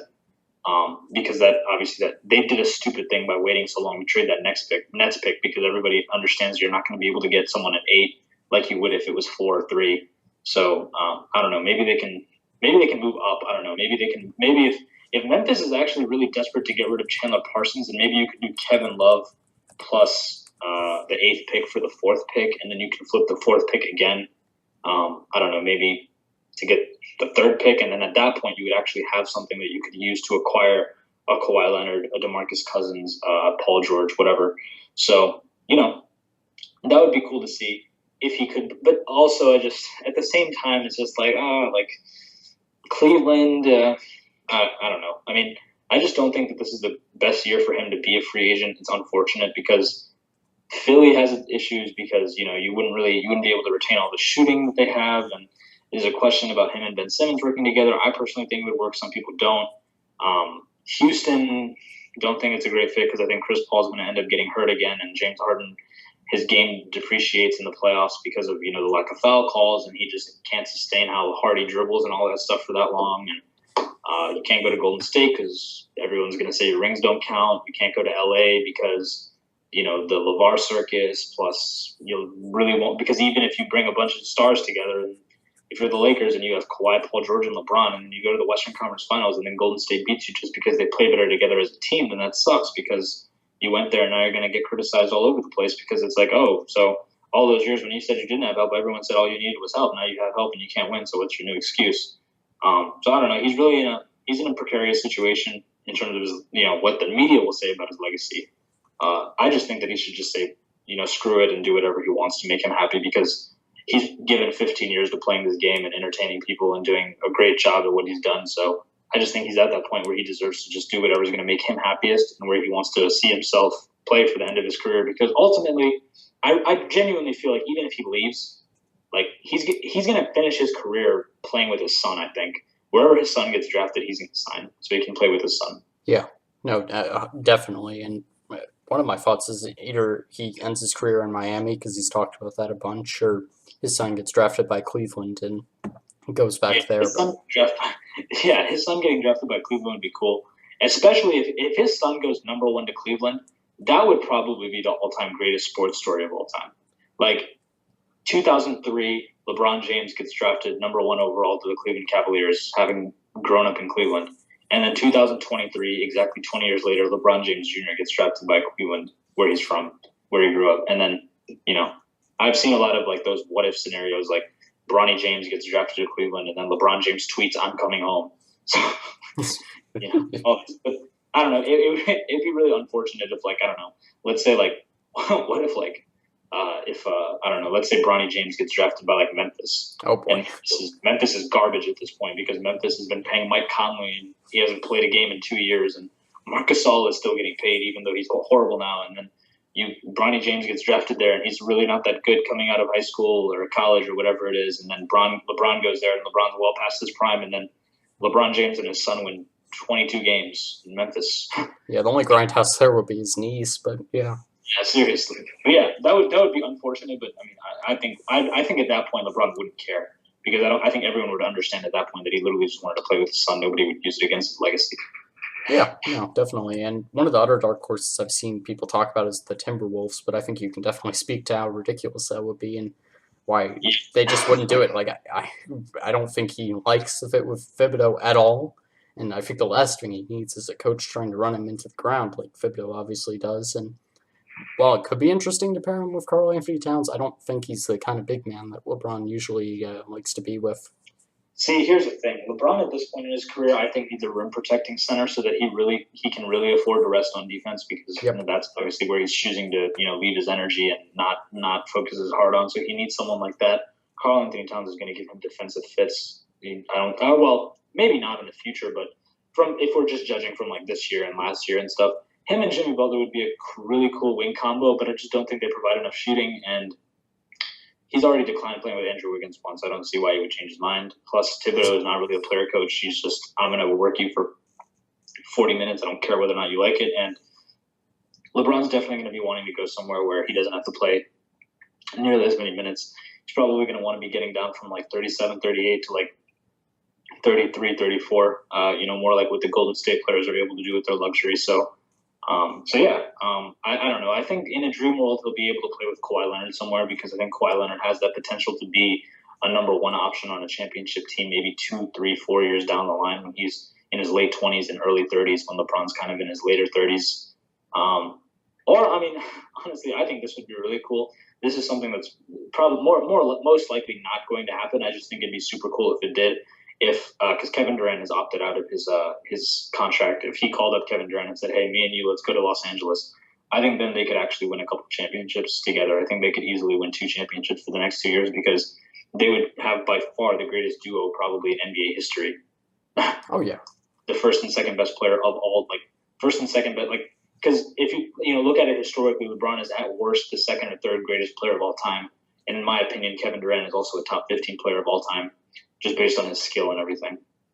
Yeah, that would be the biggest middle finger to the Warriors ever, but yeah. Yeah, he'd be like double Benedict Arnold. Yeah, nah, no kidding. And that would definitely be his legacy at that point if it already isn't. Not that it should be, but yeah. Okay. So I think that about wraps up whatever that was. I don't even realize, I don't even know how we got down that tangent, but oh well, it was interesting. Yeah. So, okay, I guess we can get into NBA awards then. So the NBA awards show at the end of every regular season. Oh, sorry, I meant to say the end of the playoffs, or heck, like 2 weeks after the playoffs. It should be at the end of the regular season. Is basically where the TNT crew comes on and it just does a big comedy sketch and they make fun of a bunch of players and then they give them awards eventually. And yeah, that's pretty much it. The awards that they give out are the most valuable player, the rookie of the year, defensive player of the year, sixth man of the year, most improved player, the coach of the year, and the basketball executive of the year, the sportsmanship award, the teammate of the year award, which is apparently different, the all rookie team, the all defensive team, season long team, the NBA Cares Community Assist Award, and then a bunch of fan votes, including the play of the year, best style, the best style. I didn't even realize that was a category. The dunk of the year, the clutch shot of the year, and the assist of the year, and the block of the year, and the handle of the year, and that's about it. And yeah, I know. Yeah, that's a lot of awards to get in, and I think the whole thing lasts like 2 hours, so I guess I have to race through it. But wow, it starts at 9 o'clock. Who is staying up for the NBA awards show? Especially on a Monday night. Come on, guys, that's a school night, even though it's over the summer. But yeah, that's what happens, and essentially we're going to go over our MVP picks, our Rookie of the Year picks, and our Defensive Player of the Year ones, because those are the easiest for us, and we'll probably go over the rest of them next time, just so we have A, something to talk about, and B, because I didn't do my homework, and oops. But yeah, maybe we can do, I don't know, Sportsmanship Award as well, if you have any ideas in mind. So just getting right into things, I guess I'll go through my MVP. I'll just go through the three of them because you guys should already know them based on what I was talking about last podcast. For MVP, I have James Harden, then the runner-ups being LeBron James and Russell Westbrook. For Rookie of the Year, I have Ben Simmons, followed by Jason Tatum and John Collins. And then for Defensive Player of the Year, I have Andre Drummond, Ben Simmons, and Anthony Davis, with Rudy Gobert getting a pity vote. All right. Yeah, that makes sense. So for my MVP, just real quick, just because I want to mention it, I I also have James Harden winning. Then I have him followed by LeBron, followed by Damian Lillard, just because he was able to get the Blazers to the third seed in the Western Conference, 49 wins. Very impressive with his midseason turnaround and stuff. And Anthony Davis is someone who was also considered up in there because of his statistical production, but I just feel like he was really lackluster when he was able to play with DeMarcus Cousins. They had a 27-21 record, which really isn't that great when you have probably two of the best big men in the game right now. So, yeah, I have James Harden winning, but just to clarify, I really don't like the MVP as an award because it's very misleading. Because when you consider value, there's just no question that LeBron James is easily the most valuable player in the league. His team is so bad without him. He was able to will them to winning 50 games despite losing Kyrie Irving, compared to winning 51 last year with Kyrie Irving. So when you lose a top 15 talent in the league today and you only drop off by one game, that just shows you how much how good you really are, because he didn't really improve all that much statistically from year to year. It just showed you what he was able to do in certain situations and how he was able to adapt with all the chaos and stuff. And I genuinely believe that he would be winning this award if it weren't for that 19, 20 game stretch in January, February, where he was playing really lackluster, when Isaiah Thomas came back and basically broke the entire team. Because there was a 19 game stretch where he had the worst plus minus in the entire NBA, which is pretty bad. But obviously that goes with playing a lot of minutes and stuff, because plus minus is also a misleading stat. But James Harden will win because he had the best all-around season. And by all-around season, I mean a combination of statistics, wins, seeding, all that stuff. So James Harden will take it away. I wish it wasn't that way, but I like James Harden. I don't have a problem with him taking it away. I just would have preferred for LeBron to have 5, because then he has just as many as Michael Jordan. And even though people don't really use regular season MVPs as anything in the whole legacy debate, it would just be cool if they had the same number. And for him to have the second most all-time behind Kareem with 6. So James Harden will end up winning that. For Rookie of the Year, I have Ben Simmons, like you said, easily the best rookie this year, 16 points, 8 rebounds, 8 assists per game. Fantastic, great shooter. Runner-up, I would have Jason Tatum, simply because of what he was able to do with such poise, played kind of like a veteran. And obviously because of what he did in the playoffs. I know you're not supposed to consider the playoffs when you go along with that sort of thing, but Jason Tatum really stepped up in the absence of Gordon Hayward throughout the regular season and the playoffs, and he was really the driving force of their team this year, because once Kyrie Irving went down, everyone really got behind Jason Tatum, and I truly believe that this is going to be his team in the next couple of years, and he's, in my opinion, going to be the greatest Celtic ever. I think he's going to be better than Larry Bird, Paul Pierce, Bill Russell, because Bill Russell, he won 11 rings there, but there are only 8 teams in the league, like we've talked about before. Defensive Player of the Year is an interesting one for me personally. I have Anthony Davis. The reason I have Anthony Davis is just because I just feel like a lot of it is me wanting him to win, but also he averaged 2.5 blocks per game, led the league in blocks this year, and he's just the most versatile defender I think that played this year, because Draymond Green, I think, had a little bit of a step-off year because Kevin Durant kind of rose more this year as a shot blocker, so he didn't have to do as much, so he wasn't really able to showcase all of his defensive abilities. Rudy Gobert, I think, definitely would have won if he was able to play more games this year, but obviously I think he missed 27 or 28, 29, something like that games this year, so he's not going to be able to take it away this year. Maybe he actually might end up anyway, because I'm not sure how many games they make you play in order to win awards or whatever it is, but Anthony Davis, to me, was just always in the right spots this season. I watched a lot of Pelicans games because I was really intrigued to see how DeMarcus Cousins and Anthony Davis would work. He was constantly cleaning stuff up. He was blocking people against the backboard all the time. He was blocking up other big men and standing his ground in the post all the time. And he just always seemed to be making the right defensive reads. And his shot blocking presence this year was undeniable. In my opinion, he was the best rim protector in the league, for the entire season. If you're going by samples, and it was Rudy Gobert, but I have Anthony Davis. I think Andre Drummond, I think people will probably he's definitely a great pick. I don't know. I just don't think that players, in terms of voting, the voters are always swayed away from voting for players who didn't make the playoffs, which is unfortunate because, it's kind of like a wasted season for you unless you made the playoffs, because you're not considered for anything at all, which is really unfortunate. But unfortunately, that's the way that it is. So I think Anthony Davis is a defensive player of the year. So James Harden, Ben Simmons, and Anthony Davis. But in my perfect world, it would have been LeBron, Ben Simmons, and Rudy Gobert. Yeah, and to be clear, I don't think Andre Drummond has any chance of winning it. He wasn't even named as one of the finalists by the NBA, but I'm just giving my opinion on who I think should win it. Yeah. So, yeah. And let's see if we have any ideas for NBA Sportsmanship Award. Nope.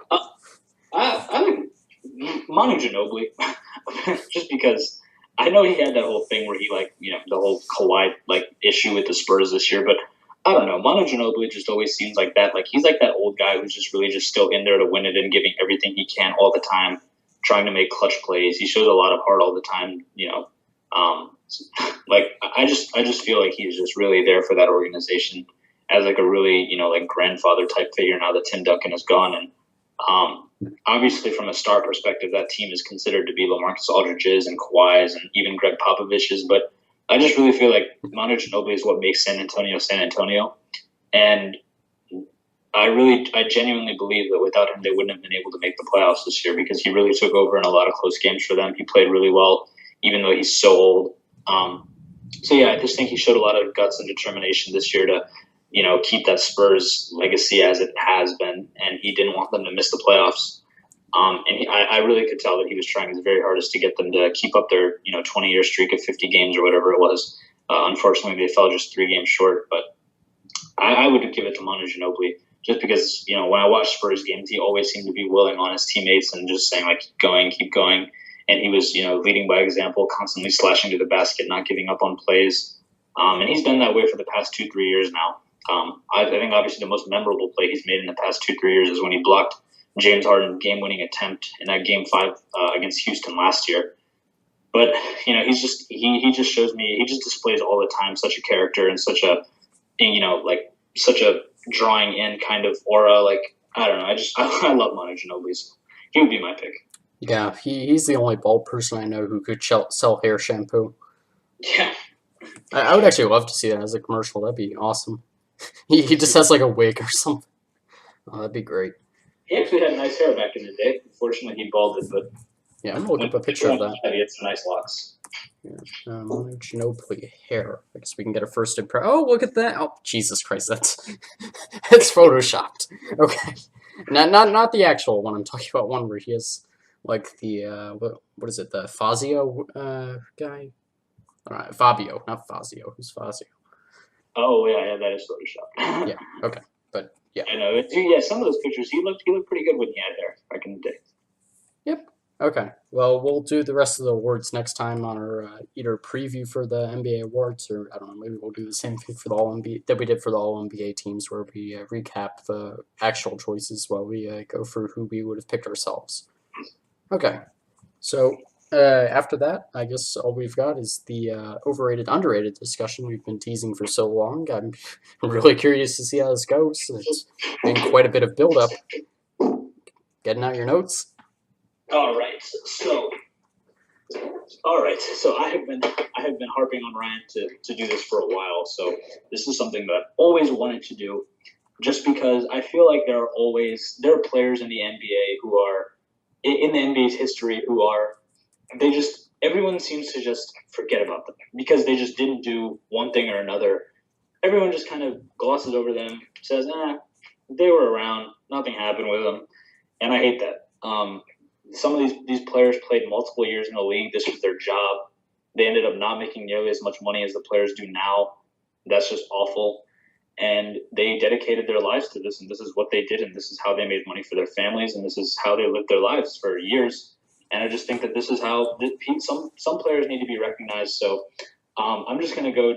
I'm going to be discussing some players that I genuinely feel people don't acknowledge enough, don't appreciate enough, gloss over too much, and even when they acknowledge them, it's just like, oh yeah, he was a great player. Like they wouldn't have been able to do that without him. But they don't really think about it, and they don't really take in how important they were to their organizations, if they were able to win championships, how important they were to those things.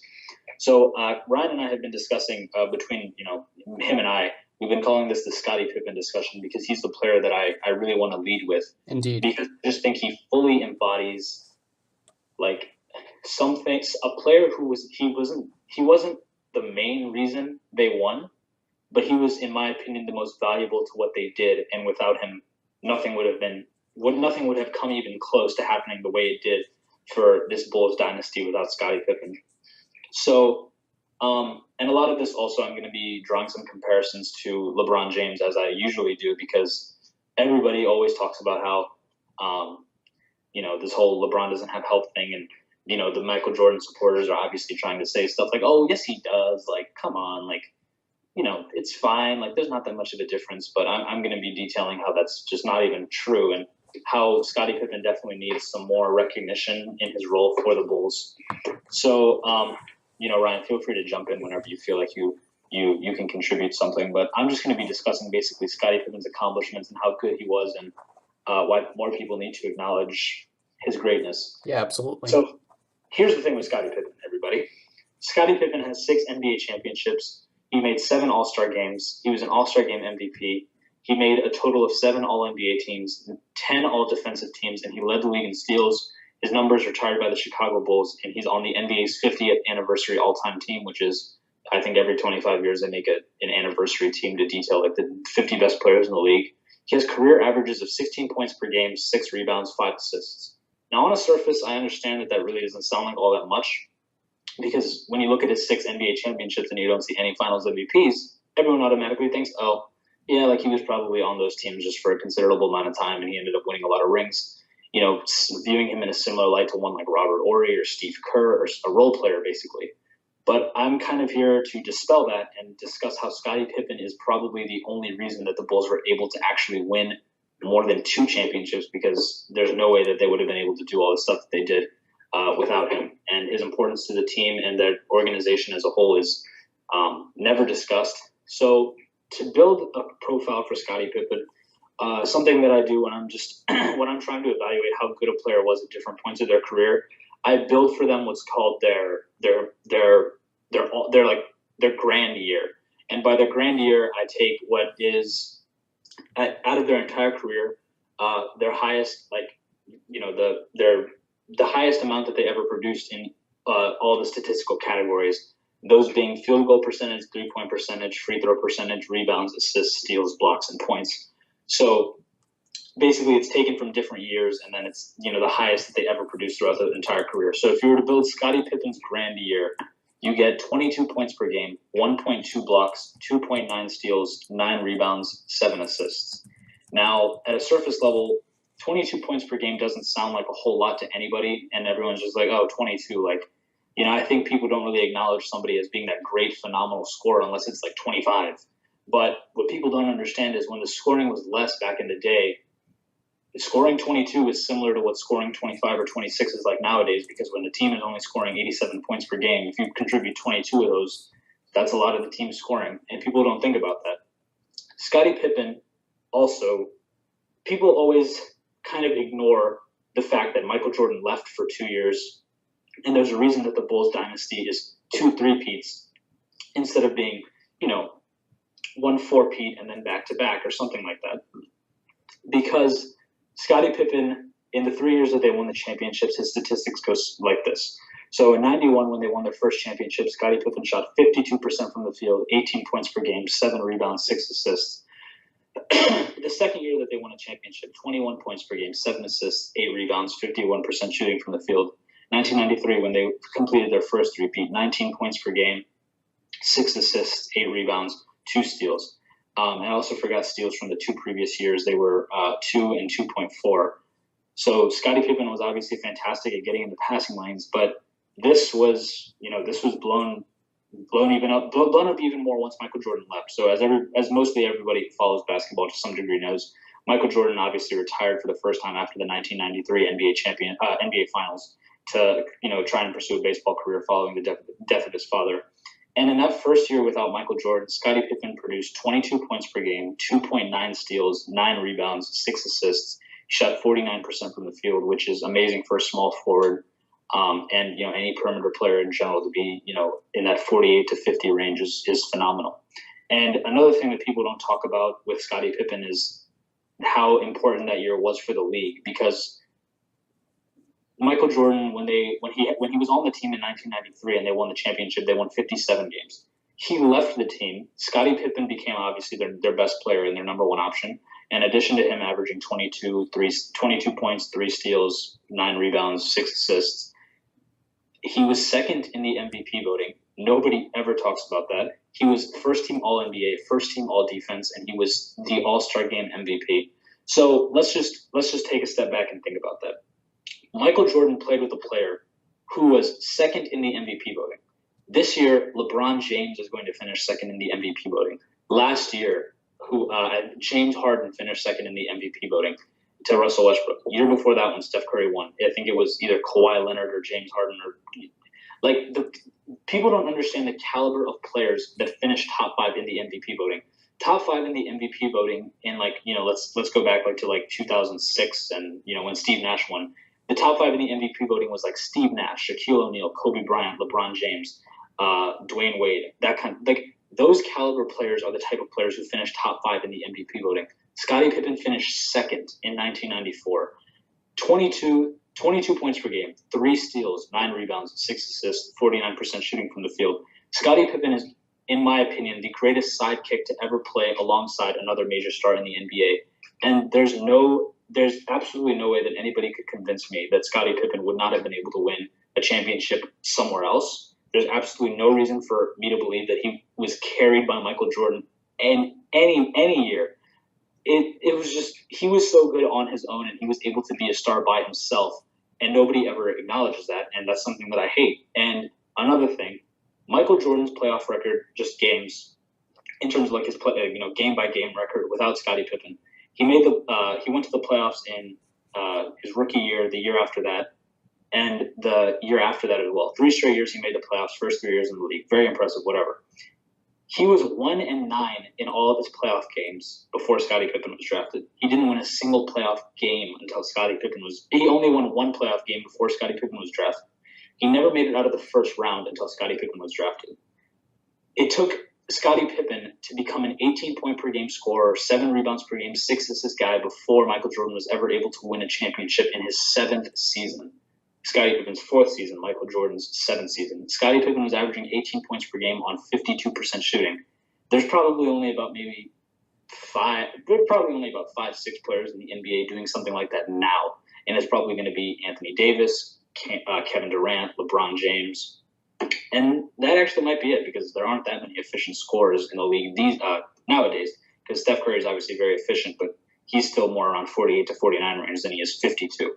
So basically with Scottie Pippen, what I'm trying to establish is that everybody seems to just gloss over this, that he was amazing. And nobody acknowledges that he was legitimately, he was the driving, I'm not going to say he was the driving force, because obviously, I'm not trying to belittle any of Michael Jordan's accomplishments, because he is a top 2 NBA player of all time. But Scottie Pippen was there. And you could never convince me that if LeBron James had something or someone on his team similar to Scottie Pippen, someone as consistent, someone as talented, someone who is that good of an on-ball defender, to make 10 all-defensive teams, 10, that's more than LeBron has. That's just 2 less than Kobe Bryant has. That's, Tim Duncan has 15, but he played 20 years. Scottie Pippen, I believe, played 14 or 15 years. Or not, maybe he played 16. But he made 10 all-defensive teams, 8 times on the All-NBA first team. And there was never a year in those championships that they won. In all the 6 championships that they won together, Michael Jordan and Scottie Pippen, every single year that they won a championship, Scottie Pippen and Michael Jordan were both on All-NBA teams. And that's 6, and then in addition to the 3 years prior to them winning championships, which is 1988, 1989, 1990, all of those years. That's a total of 9 years. All 9 of those years, Michael Jordan had an All-NBA teammate in Scottie Pippen. That's 9. If you go back and you look on LeBron James' teammate record, and you go look at his teammates' accomplishments, none of his teammates have ever made an All-NBA first team while playing with him. None of his teammates have made an All-NBA second team while playing with him. Dwayne Wade and Kyrie Irving are the only 2 All-NBA players that LeBron has played with in terms of them making an All-NBA team while he was on the roster. That's absurd. He's only played with an All-NBA player on his team in that season 4 times. Kyrie Irving in 2015, and then 3 of the years that he was in Miami with Dwayne Wade, aside from, I believe, 11, 12, and 13, because I believe in 2014 was when that knee injury caught up to him. But for context for anyone who's like, people are trying to say that like, I've seen an argument in recent years that, or not recent years, but like recent days, recent weeks, that Michael Jordan actually didn't have as much help as LeBron did, because people are trying to say stuff like, oh, but LeBron played with Kyrie, who averaged 28 in the NBA Finals. He played with Dwayne Wade, who averaged 24 in the NBA Finals with him, and all that stuff. What people are failing to understand when they make comparisons like that is that when you're averaging 28 points per game, but the average points per game scored by the opposing team is like 120, that 28 is it means much less than when your teammate is averaging 22, but this team as a whole is only scoring 87, or 90 or something like that. Scottie Pippen was accounting for so much point production from the team that he was responsible for more points per game than Michael Jordan was, because of the number of assists that he was dishing out as well. Like 22 points and 7 assists is probably going to end up totaling somewhere like 34, 35 points. Or, probably maybe it wouldn't be more than Michael Jordan, but it would be pretty close. And when you have a player who's scoring and creating that many points for your team, in addition to what you're doing, when you're probably scoring like 30 points and getting 4 assists or something like that, you're both probably going to end up creating somewhere around 36 to 37 points per game. And nobody ever acknowledges that for Scottie Pippen, and it's something that I despise.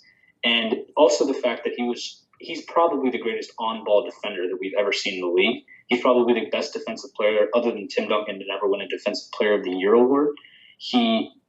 I just don't think that anybody really thinks how different like the course of NBA history would be if Scottie Pippen did not play for the Chicago Bulls. The Chicago Bulls don't have 6 NBA championships without Scottie Pippen. They don't even make the playoffs. And also in the 1994 NBA playoffs, first year without Michael Jordan, the Bulls won 55 games, like I said, only losing 2 more games than they did the previous year with Michael Jordan. They made it to the second round of the playoffs against the New York Knicks, and they played up to a Game 7 against a very good team that featured Patrick Ewing and some other stars. And basically what happened was that game ended up turning on a dime because of a call that Phil Jackson made, where Phil Jackson he chose to go through Tony Kukoc or something, and Scottie Pippen said, no, like, I'm the best player on the team. And, obviously in his Jordan-esque mentality, having played with Michael Jordan for so long, was like, no, like, I need to take the shot. Like, I'm the best player on the team. Like, I'm playing really well right now. Like, I finished second in the MVP voting. Like, I'm this, I'm that. I'm the best player. And there was a rift or something like that. And, he wanted to play through Kukoc. And then Phil Jackson was arguing with Pippen, and Pippen was arguing with Kukoc, and Kukoc was arguing with Pippen, and Kukoc was arguing with Jackson, and all this stuff was going on. And they ended up losing that game, and they went home in that Game 7.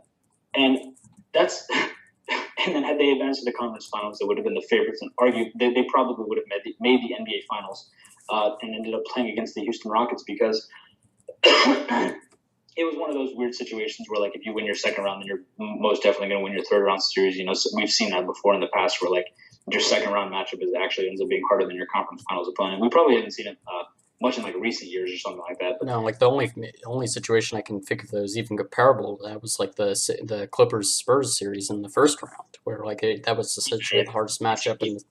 It was a strange scenario where I think like the bracket was weirded out, so like the bracket was different, such that you ended up playing actually like and there was another instance actually, in I think it was 2006, or maybe it was 2006 I think it was. It was like the 60-something win Mavericks played like the 60. I think it was the 60-win Mavericks played the 63-win Spurs in the second round, because it was on that whole thing where, or maybe it was 2008. I can't remember the year exactly, but it was a situation where they were still doing the thing where division leaders earned a top 3 seed.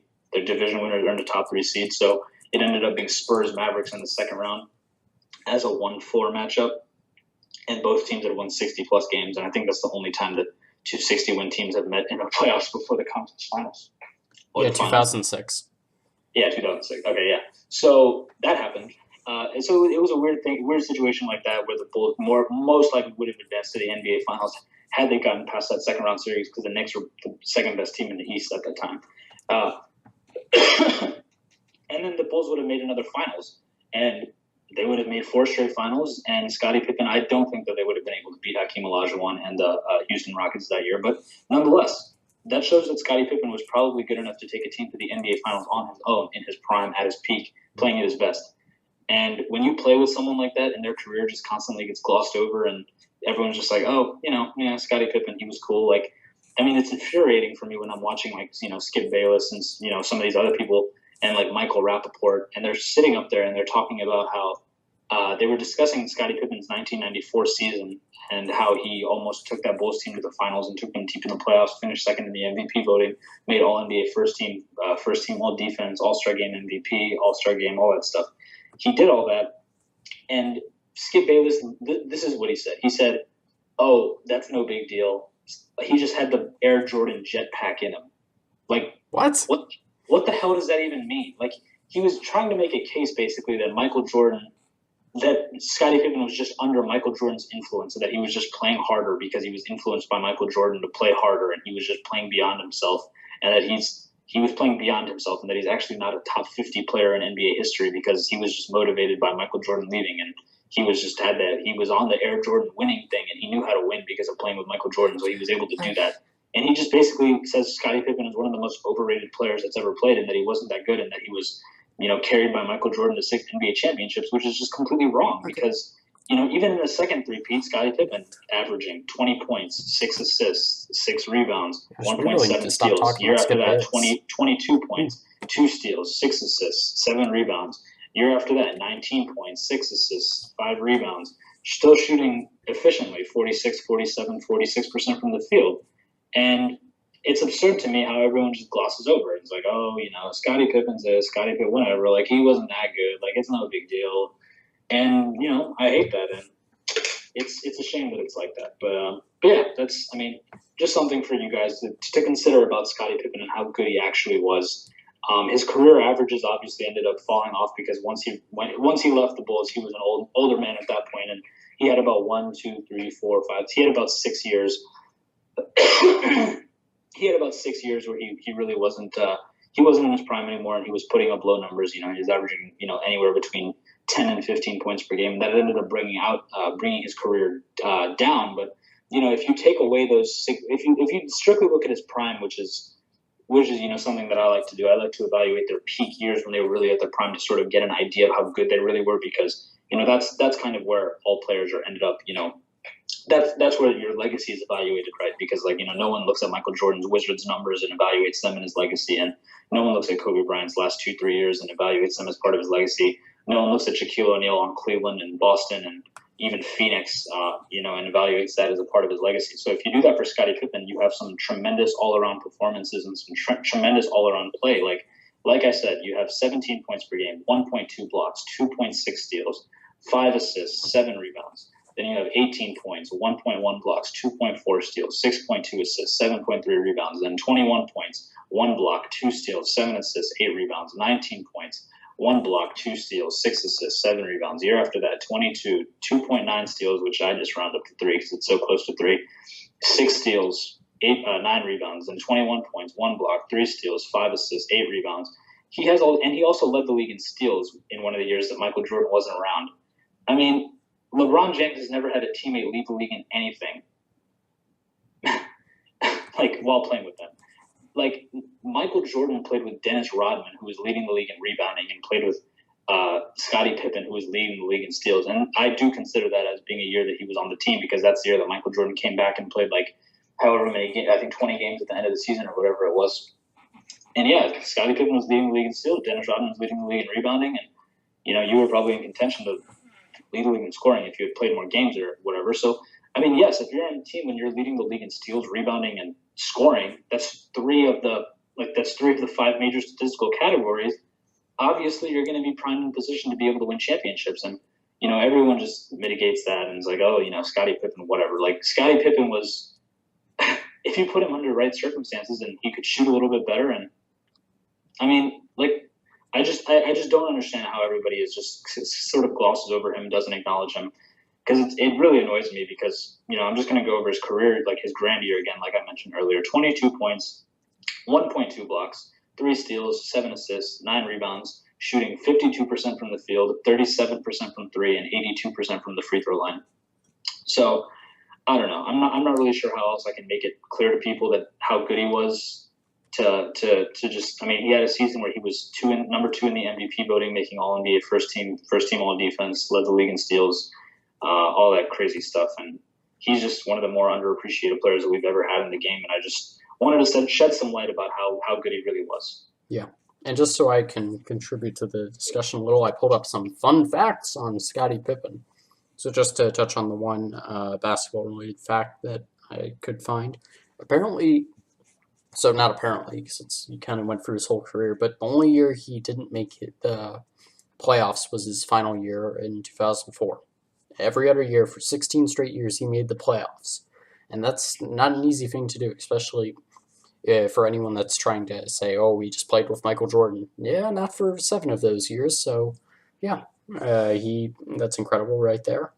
One of some more fun facts, apparently one of his nicknames with his teammates was No Tippin' Pippin because he never tipped at restaurants. Oh, that's rude. Yeah, that sounds like a Michael Jordan thing, to be honest. But yeah, God, I hate tipping at restaurants too. We'll have to talk about that sometime. Then apparently he played his last professional game, even though he retired from the NBA in 2004, was a game in 2008 when he played for the Sundsvall Dragons in Sweden.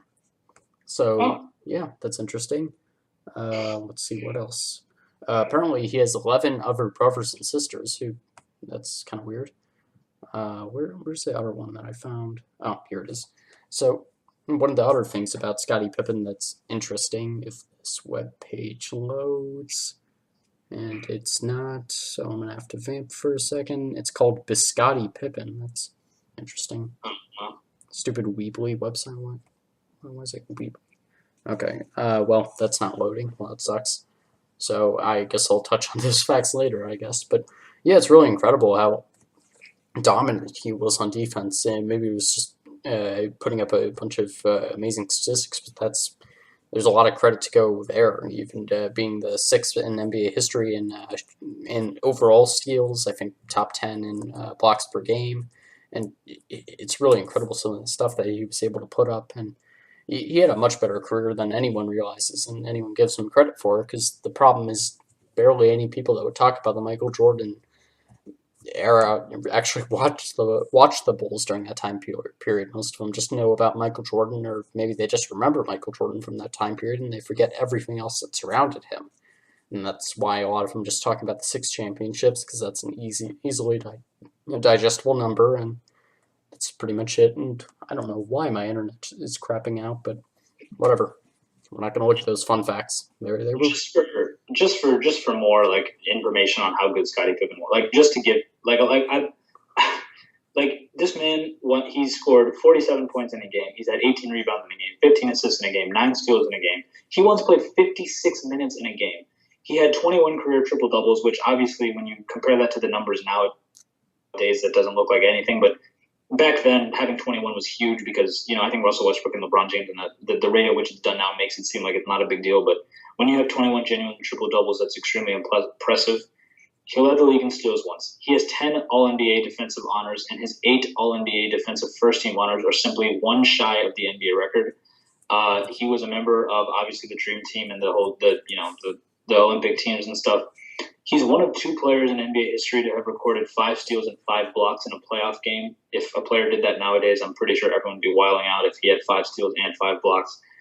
He also complimented Michael Jordan multiple times. They are the only pair of teammates, the ninth pair of teammates in NBA history to score 40 or more points in the same game. Him and Michael Jordan also once recorded a triple-double in the same game. And he's only one of 3 players in NBA history to record 200 steals and 100 block shots in a season. Him, Michael Jordan, Hakeem Olajuwon are the only players to do that.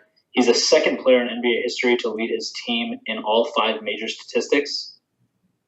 LeBron, that's like something that we talk about LeBron doing. In 1995, in one of the years that Michael Jordan was absent for a majority of the season, he led his team in all 5 of the categories. He led them in points, rebounds, assists, steals, and blocks. He's the only player in NBA history to win an NBA championship and an Olympic gold medal in the same year twice. And he's just phenomenal. And it's a shame how his career gets glossed over like that. Yeah, and just to throw in those 2 facts that I wasn't unable to pull up earlier. Apparently, he really likes ice cream, and he has a passion for cleaning his cars. So those are the 2 fun facts that I waited 5 minutes for. Okay. Yeah, that's good. Well, yeah, he's an incredible player and one of the best small forwards of all time. And It's a shame he doesn't get more credit for that, even for his defense. Like you never hear anyone say he's one of the best defensive players of all time, but he easily has that, much less I, best.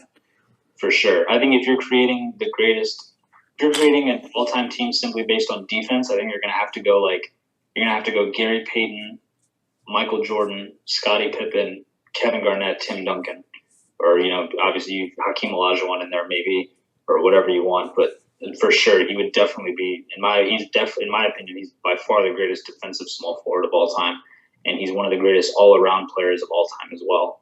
Yeah, 100%. That's an amazing point about the pace of play during that time period, because that was in terms of points per 100 possession, it was the lowest that it had ever been.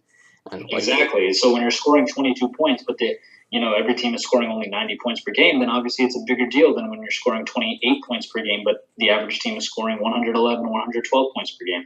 So I mean, he contributed over half of the point production with the team, as along with Michael Jordan, or not half, but he would close to half. Like him and Michael Jordan would. Like everyone just talks about the half Michael Jordan did without just ever discussing the half Scottie Pippen did, because Scottie Pippen was phenomenal. I don't know why people gloss over him all the time, because I mean, he's in my opinion the most underrated player in NBA history. Obviously, there's a little bit of a debate there, but just the things that he were able to do both statistically and the impact that he had on the game on both ends is phenomenal. And he proved that he didn't really need Michael Jordan. He second in the MVP. He could have won an MVP without Michael Jordan. He could have led his team to an NBA Finals without Michael Jordan. I don't know. Obviously, Scottie Pippen is always going to be viewed as a complimentary piece to that team, but I just don't think that's fair. In my honest opinion, I just think that they should be viewed in a similar light to how like Kobe, Shaq, where obviously you'll have people from time to time say Kobe got carried by Shaq, but most people who are understand the game will understand that Kobe Bryant actually did a really good fair share in those championships, and he deserves those rings. And I wish more people did that with Scottie Pippen as well. yeah, definitely. And then, so next up, Oh, I'm excited for this. You've been holding out on these names.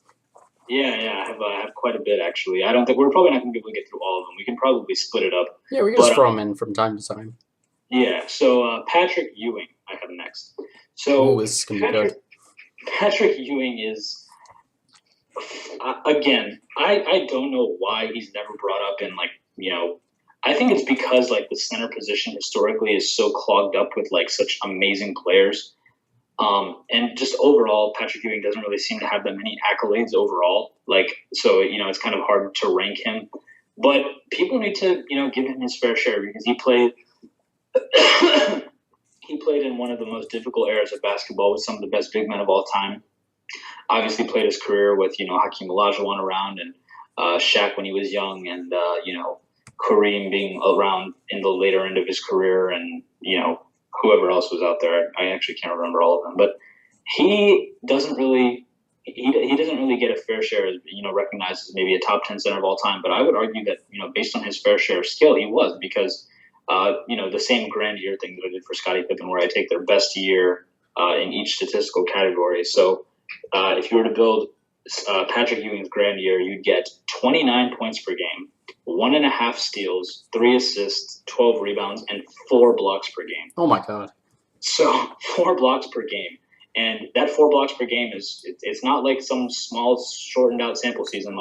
He was playing a real season. It was the 1990 NBA season. He played all 82 games. He started all 82 games. He played 38 minutes a game. He shot 55% from the field. He scored 29 points per game that year, 4 blocks per game, 11 rebounds, 2 assists. 4 blocks per game. 4. 1, 2, 3, 4. 4 blocks per game.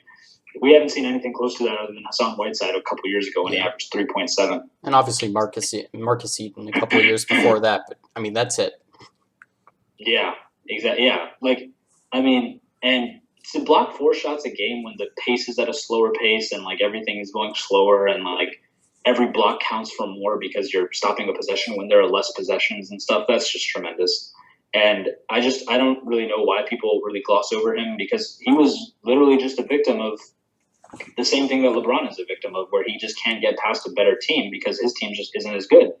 And, he made 11 All-Star teams. He made All-NBA first team, 6 All-NBA second teams, 3 All-Defensive teams. He was the Rookie of the Year. He was also a really good player in college. He played for Georgetown. He was actually drafted the year after Michael Jordan. but he was an NCAA champion the year that Michael Jordan was drafted in the NCAA's Final Four Most Outstanding Player. And he was fantastic. And he is just someone who I also just feel like doesn't get his fair share around the league. And I mean, I don't know. I guess my goal with this is just to sort of portray how crazy it is to gloss over someone who is capable of averaging 29 points per game and 4 blocks per game in the same season, and also shoot 55% from the field on 29 points per game, and actually was a pretty good mid-range jump shooter and stuff like that. And then, when you go ahead and look at his career highs, you've got 51 points from him, 11 assists, 26 rebounds, 9 blocks, 11 assists, playing 54 minutes a game.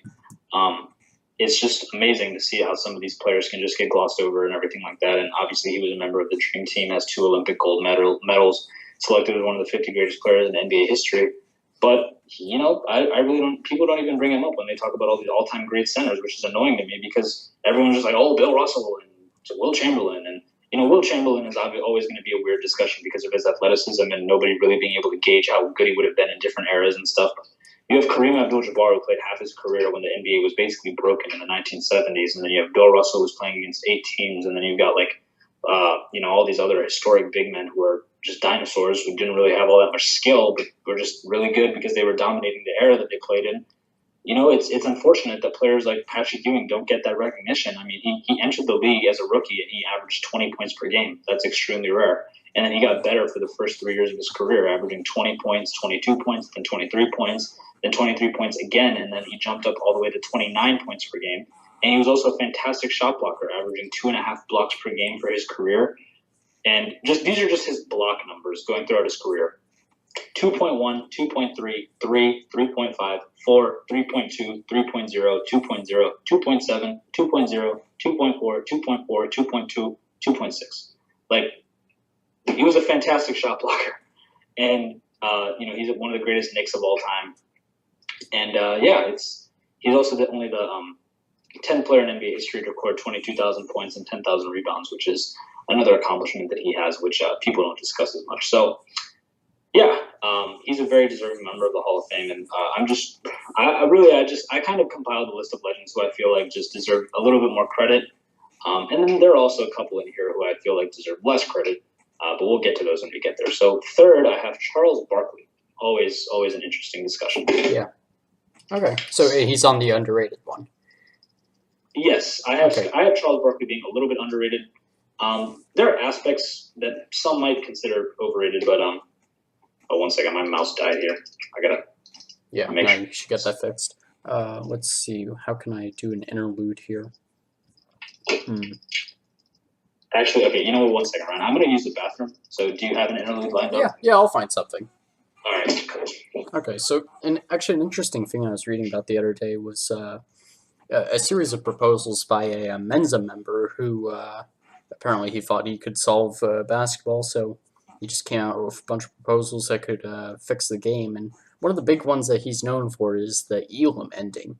And basically the idea behind this is pretty interesting. I'll have to talk about it with Aradh, but I hadn't fully read the article. But I read the first couple paragraphs, and that's basically what I'm going to summarize here.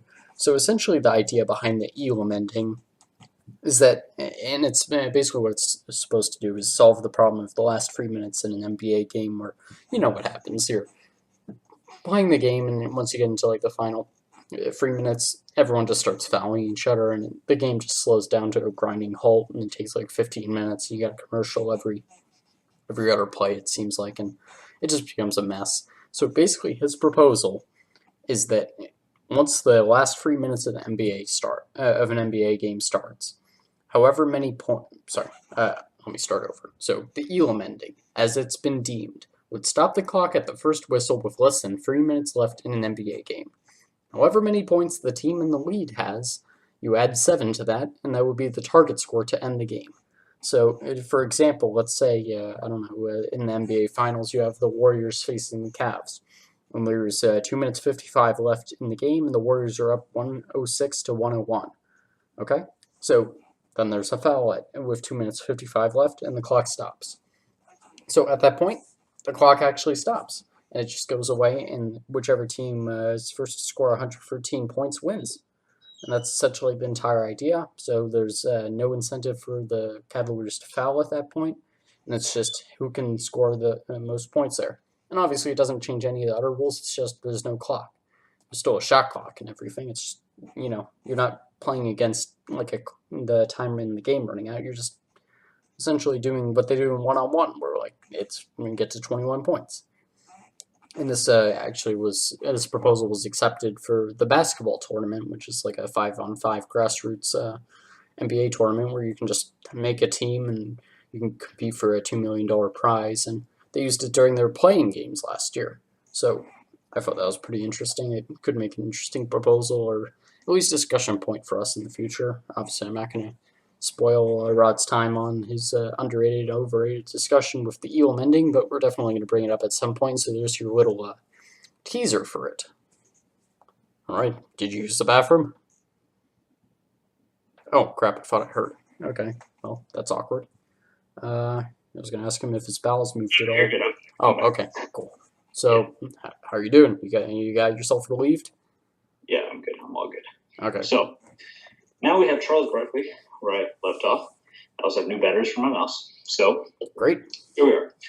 So, Charles Barkley is someone who, if you ever watch NBA on TNT, constantly ridiculed.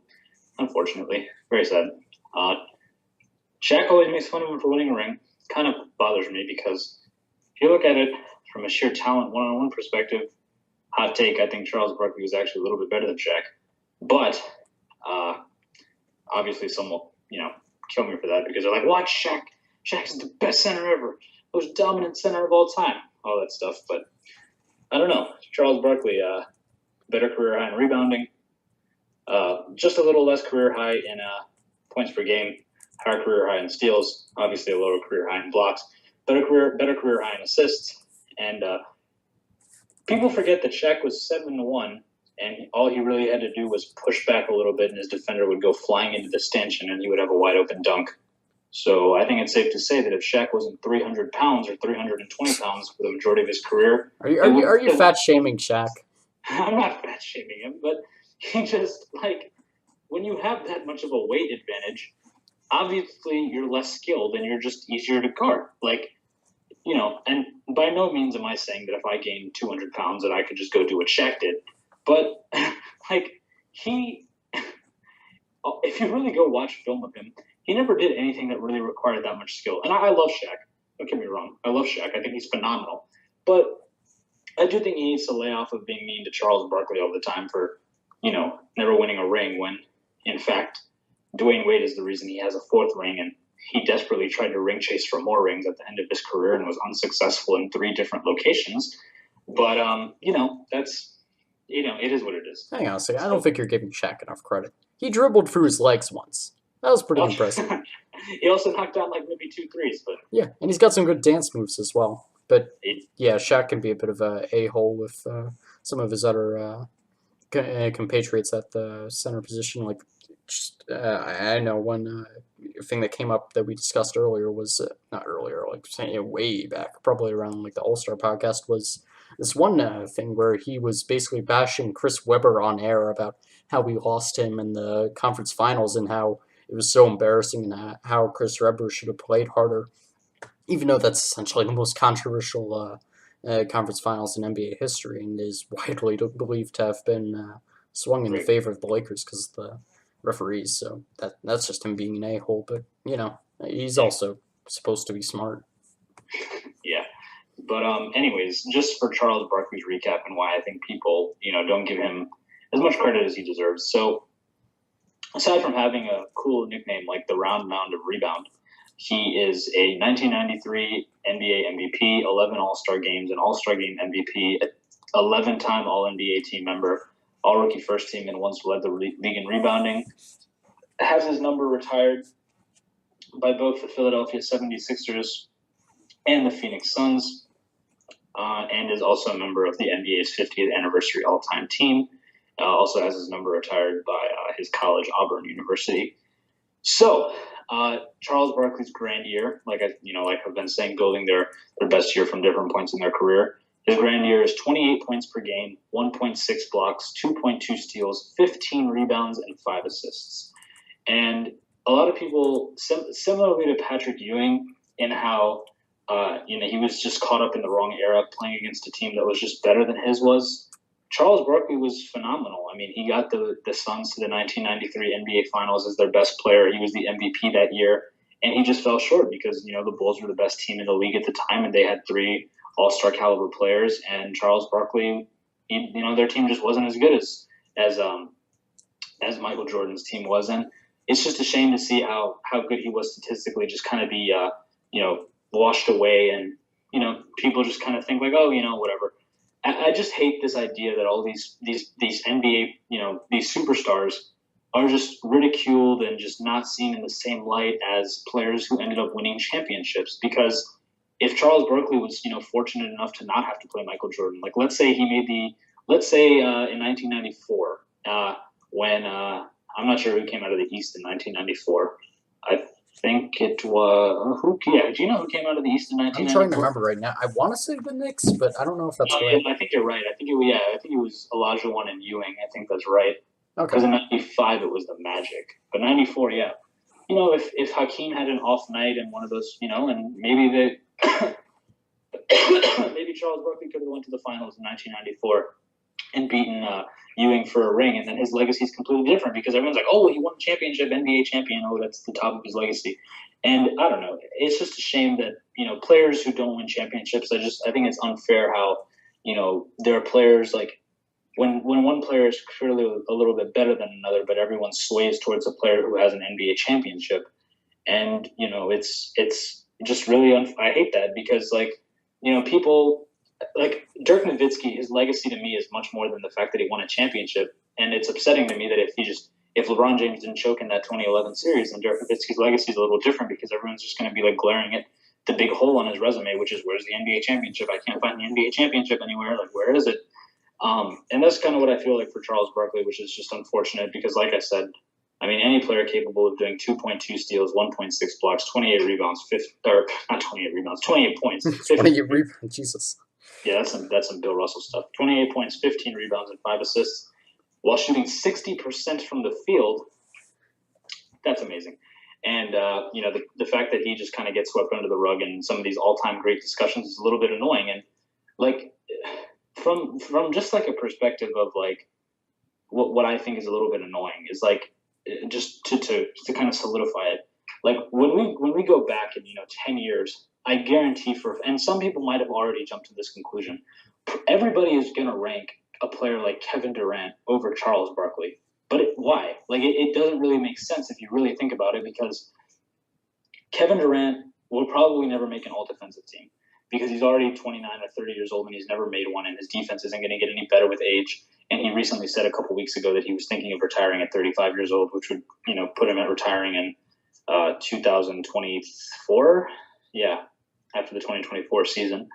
And, Charles Barkley is going to probably have just as many All-NBA teams. They're going to have the same number of MVPs. They're probably going to have around the same number of All-Star games. They'll both have made all-rookie teams, and they'll both have, the one argument that will sway in Durant's favor will obviously be the 4 scoring titles and the rings. And if you, to me, that's just unfair because, obviously if Charles Barkley had went and joined the Chicago Bulls, then he would have multiple rings as well.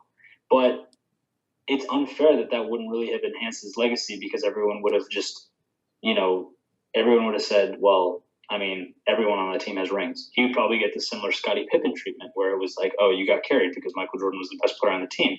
But Kevin Durant he's not going to get that same treatment because most people acknowledge that he is the best player on the Warriors. He's just not the whole, he's not the leader of the team, but he is the best player. And because of that, he gets credit. He has his finals MVPs and stuff. And, when you just look at it from like a standpoint of what they were able to produce and what they did, like Kevin Durant, he'll give you his career highs are probably 32 points, 8 rebounds, 5 assists per game, maybe 1.8 blocks, I think is his career high, and 1.5, 1.6 steals. And then you look at Charles Barkley's and it's 28 points, 1.6 blocks, 2.2 steals, 15 rebounds, 5 assists. It really doesn't make any sense why it's fair to just immediately put Kevin Durant over a player like Charles Barkley when in skill, they were both phenomenal. Charles Barkley was a little bit more efficient, obviously played a different position in a different era and was, more skilled in different things. But just because Kevin Durant has 2 championships doesn't mean that he was any more dominant or any better than Charles Barkley was. And, I'm also like, just for anyone who's listening and thinks that I think Charles Barkley is better than Kevin Durant. That's not the point that I'm getting at. Like, obviously, I think Kevin Durant is going to end up as a top 10 player. But the reason I think that is based on his skill and how unique he is of a scorer, and the fact that he has 4 scoring titles and was able to consistently be the best scorer in the league for this extended period of time. And in my opinion, he's been the most fluid scorer to watch in these past couple of years, because he mixes it up in the most ways, because he's a high volume 3-point shooter who does it efficiently, while also being able to put the ball on the floor, create shots in the mid range area, and also get to the basket for dunks and stuff.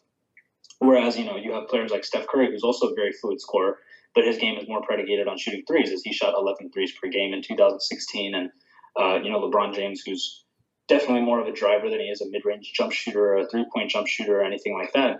Kevin Durant just has the most fluid, complete offensive game, and that's one of the reasons why I think he's going to end up as a top 10 player of all time.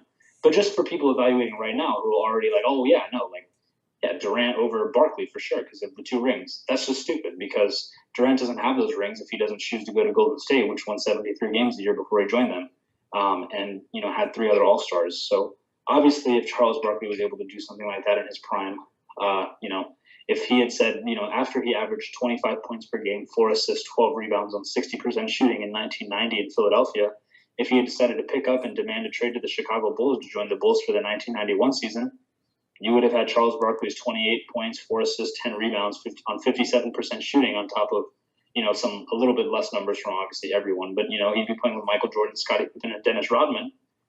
And, I mean, you could just move Michael Jordan to the point guard position, because at that point you really wouldn't need a playmaker. Scottie Pippen's on the floor. You could just play everyone a position up, and then you'd have Michael Jordan at the 1, Scottie Pippen at the 2, Charles Barkley at 3, Dennis Rodman at the 4, and then you'd probably have what would without a doubt be the greatest team of all time. That would level it a little bit with the whole Golden State discussion we were having a minute ago. But Yeah. That's just something that I think people should consider a little bit more before just jumping to conclusions. And I really think that it's much, much, much more important to look at what a player did in terms of their statistics, what they were able to produce, the number of all NBA teams they made, all defensive teams that they made, their awards, and what they led the league in. Because I just think that's much more important than just looking at something that is collectively recognized as a team accomplishment. Because when you're evaluating who's a better player, it does not make sense to look at something that's evaluated to an entire team, because it's just very misleading. And I mean, like, I think we can all acknowledge, at least basketball fans who understand something, especially recently, who watched the 2016 season when Golden State won 73 games. Obviously, Steph Curry was fantastic, and he deserved to win MVP that year. But I think most people can recognize and understand that Steph Curry is not the sole reason that they were a 73-9 win team. They were a 73-9 win team because of Klay Thompson's shooting, Klay Thompson's defense, Draymond Green's spectacular shooting that season, his versatility, Steve Kerr's coaching, calling plays out of the timeouts, doing all that stuff. Luke Walton, obviously, when he took over, and their fluidity as a team, and Andre Iguodala's role off the bench, or Sean Livingston's role off the bench, all that stuff, their ability to play small. There was a lot more that went into them winning 73 games and being that historic team that they were than just Steph Curry was great. But that's not the same thing with Michael Jordan. With Michael Jordan, it's like, oh my God, Michael Jordan, 1996, 72-10. Those are Jordan's Bulls. Jordan's Bulls. Jordan's a GOAT. Jordan's this. Jordan's that. They won the finals. They beat the Spurs. They beat the Sonics in 6 games. Like, all this stuff. That's just dumb, because, like, I mean, people need to look more and just realize that 72-10 Bulls team is the exact same thing as a 73-9 Warriors team. They're not that 72-win team unless you have Scottie Pippen doing everything he's doing, Dennis Rodman's rebounding, Phil Jackson's coaching, Tony Kukoc's role off the bench, Ron Harper picking his spots defensively, Luke Longley grabbing the rebounds when Dennis Rodman is out of place to get them. Like, all that stuff goes into that. And I think it's much more important to evaluate individual accomplishments when you're comparing players than it is to just look at something like rings, which is awarded to everyone on the team. Finals MVPs make sense, but that only makes sense if a team advances to the same, 2 players advance to the same number of finals, because, and not even that, they have to be similar situations, right? Like here's an example I'll give. So Kobe Bryant and Michael Jordan. Michael Jordan went to 6 NBA finals. Kobe Bryant went to 7. Kobe Bryant went to 7 finals, and he won 5 times, but he only has 2 finals MVPs. And every year that he made the finals, he was on the team favored to win. There was maybe not in 2008 when the Celtics had their big 4 intact still, and they were new, and that was the year they won. that was the year he lost, and that's acceptable. But then when you look at the rest of them, his other 6 performances, he played the Magic, he was the favorite. He played the Celtics the second time, he was the favorite. They played the Nets, he was the favorite. They played the Pistons, they lost that series, they were the favorites. So when you look at him and you realize that he made it to the finals 7 times, he had a really good chance to win all of those series except maybe 1 or maybe 2. And he only won 2 finals MVPs. And then you look at a player like Michael Jordan who made it 6 times, he was a favorite. And all those 6 times, he won Finals MVP. That's how you know for a fact that Michael Jordan ranks and is better individually than Kobe Bryant is. In addition to the fact that, obviously, most people understand that Kobe Bryant is just a poor man's Michael Jordan. Like, I think that's pretty well understood. But that's when it actually makes sense to compare something like Finals MVPs. But it should never really be about rings because, things change based on dime moments that aren't a player's fault. Like Tim Duncan. He would be 6-0 in the finals if Chris Bosh doesn't grab that offensive rebound, and in 2013. And LeBron, that 2018 NBA Finals could be a Game 6 right now if J.R. Smith doesn't dribble out the clock, or all that stuff. Like it's just crazy when it's done to derail players because of something that their teammates or their team fell short in. And it's, in my opinion, it's unfair to just look back on time and criticize when if a player doesn't have that one thing because. Obviously, the details get shaky and people get cloudy on their memory, and nobody really remembers what the details were. And that's probably what's going to end up happening for LeBron, which is unfortunate. In 2014, nobody's going to remember. We know that Dwayne Wade and Chris Bosh didn't show up for that series, but nobody's really going to talk about that. Everyone's just going to see a finals loss. And in 2018, no one's going to remember the J.R. Smith play. They'll just be, oh, yeah, LeBron lost. And then 2015, people won't talk as much about how he didn't have two All-Stars with him. Oh, yeah, he lost. That's the kind of thing that's gonna be annoying in the future for the people who defend players who don't have as many rings or as many championships, because we all understand that Kevin Durant might end up with more rings than LeBron, but everybody should know that Kevin Durant was really never as good as LeBron. Kevin Durant's probably the greatest player in the league that's never been the best player in the league. And because obviously he's played with LeBron in the league his whole career. And Charles Barkley he's a victim of that as well. He really doesn't get as much credit as he deserves for being as good as he was. And he's simply forgotten just because he didn't have a run of winning championships and he wasn't on Dynasty, which is unfortunate. Yeah, and speaking of forgotten, another player actually on that 92-93 Suns team that doesn't get any credit that was a really awesome player during his time period is Kevin Johnson. Johnson, yeah. He was fantastic as a point guard. He had a kind of short-lived prime, I think. Yeah, but it was a heck of a prime. Yeah, he was amazing. He was phenomenal. Nobody talks about him ever. No, he was, at the very least, top 5 point guard during the 90s, if not the best point guard. And yes, I realize John Stockton played during the 90s. Kevin Johnson played better than him for a majority of that time period. Yeah, for sure. Incredible. Okay, now this... Oh, wait, hang on a second. I forgot that I wanted to mention this. Crap, I forgot what I was going to mention. Okay, never mind. Oh, wait, I remember it, actually. So you mentioned how Michael Jordan would have switched to the 1 if Charles Barkley ended up playing for his team.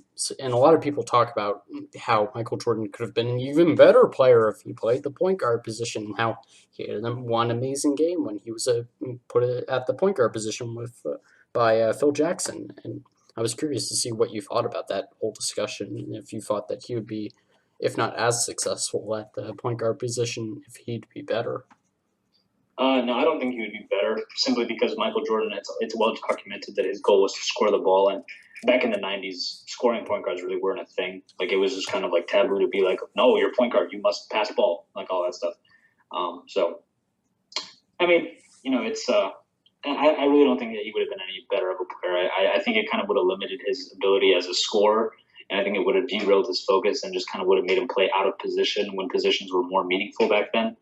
I think he would have been a good point guard, but he definitely wouldn't have been the player of stature that he is today if he was a point guard, because I think one of the biggest things in favor of Michael Jordan's legacy as a player is that he was the first player to prove that you can build a dynasty around pieces that weren't point guards and centers.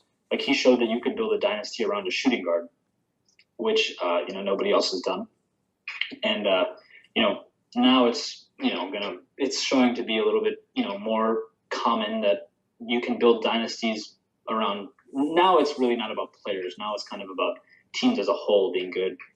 which is another thing that people don't really talk about. Like, the difference in dynasties between then and now is that back then, like, it was specific players.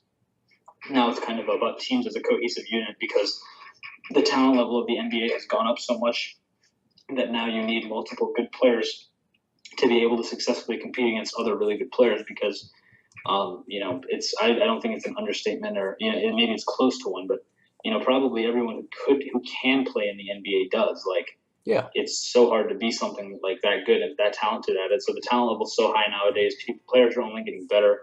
You see amazing players who have to end up going overseas or playing in the G League and stuff like that just because of how competitive the NBA is now. And back then it wasn't the case. Back then you had you had players who really weren't all that skilled but were just really physical and were capable of getting to the hole and able to score some points.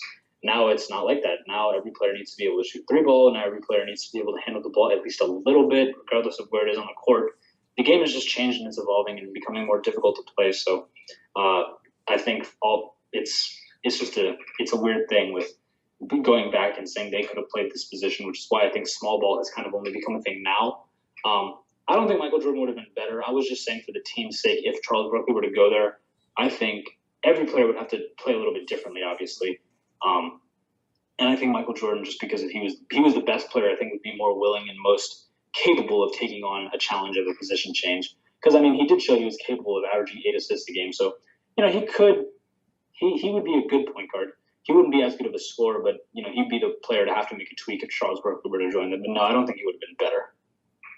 Okay. Yeah, that's fair enough. And I always found that ridiculous as well because it's obviously based on the smallest of small sample sizes. And yeah, like Yeah, there's just no good reason for it. He's the prototypical shooting guard, and there's no reason he should be a point guard that's out of position just because Magic Johnson was amazing at it in the era before him.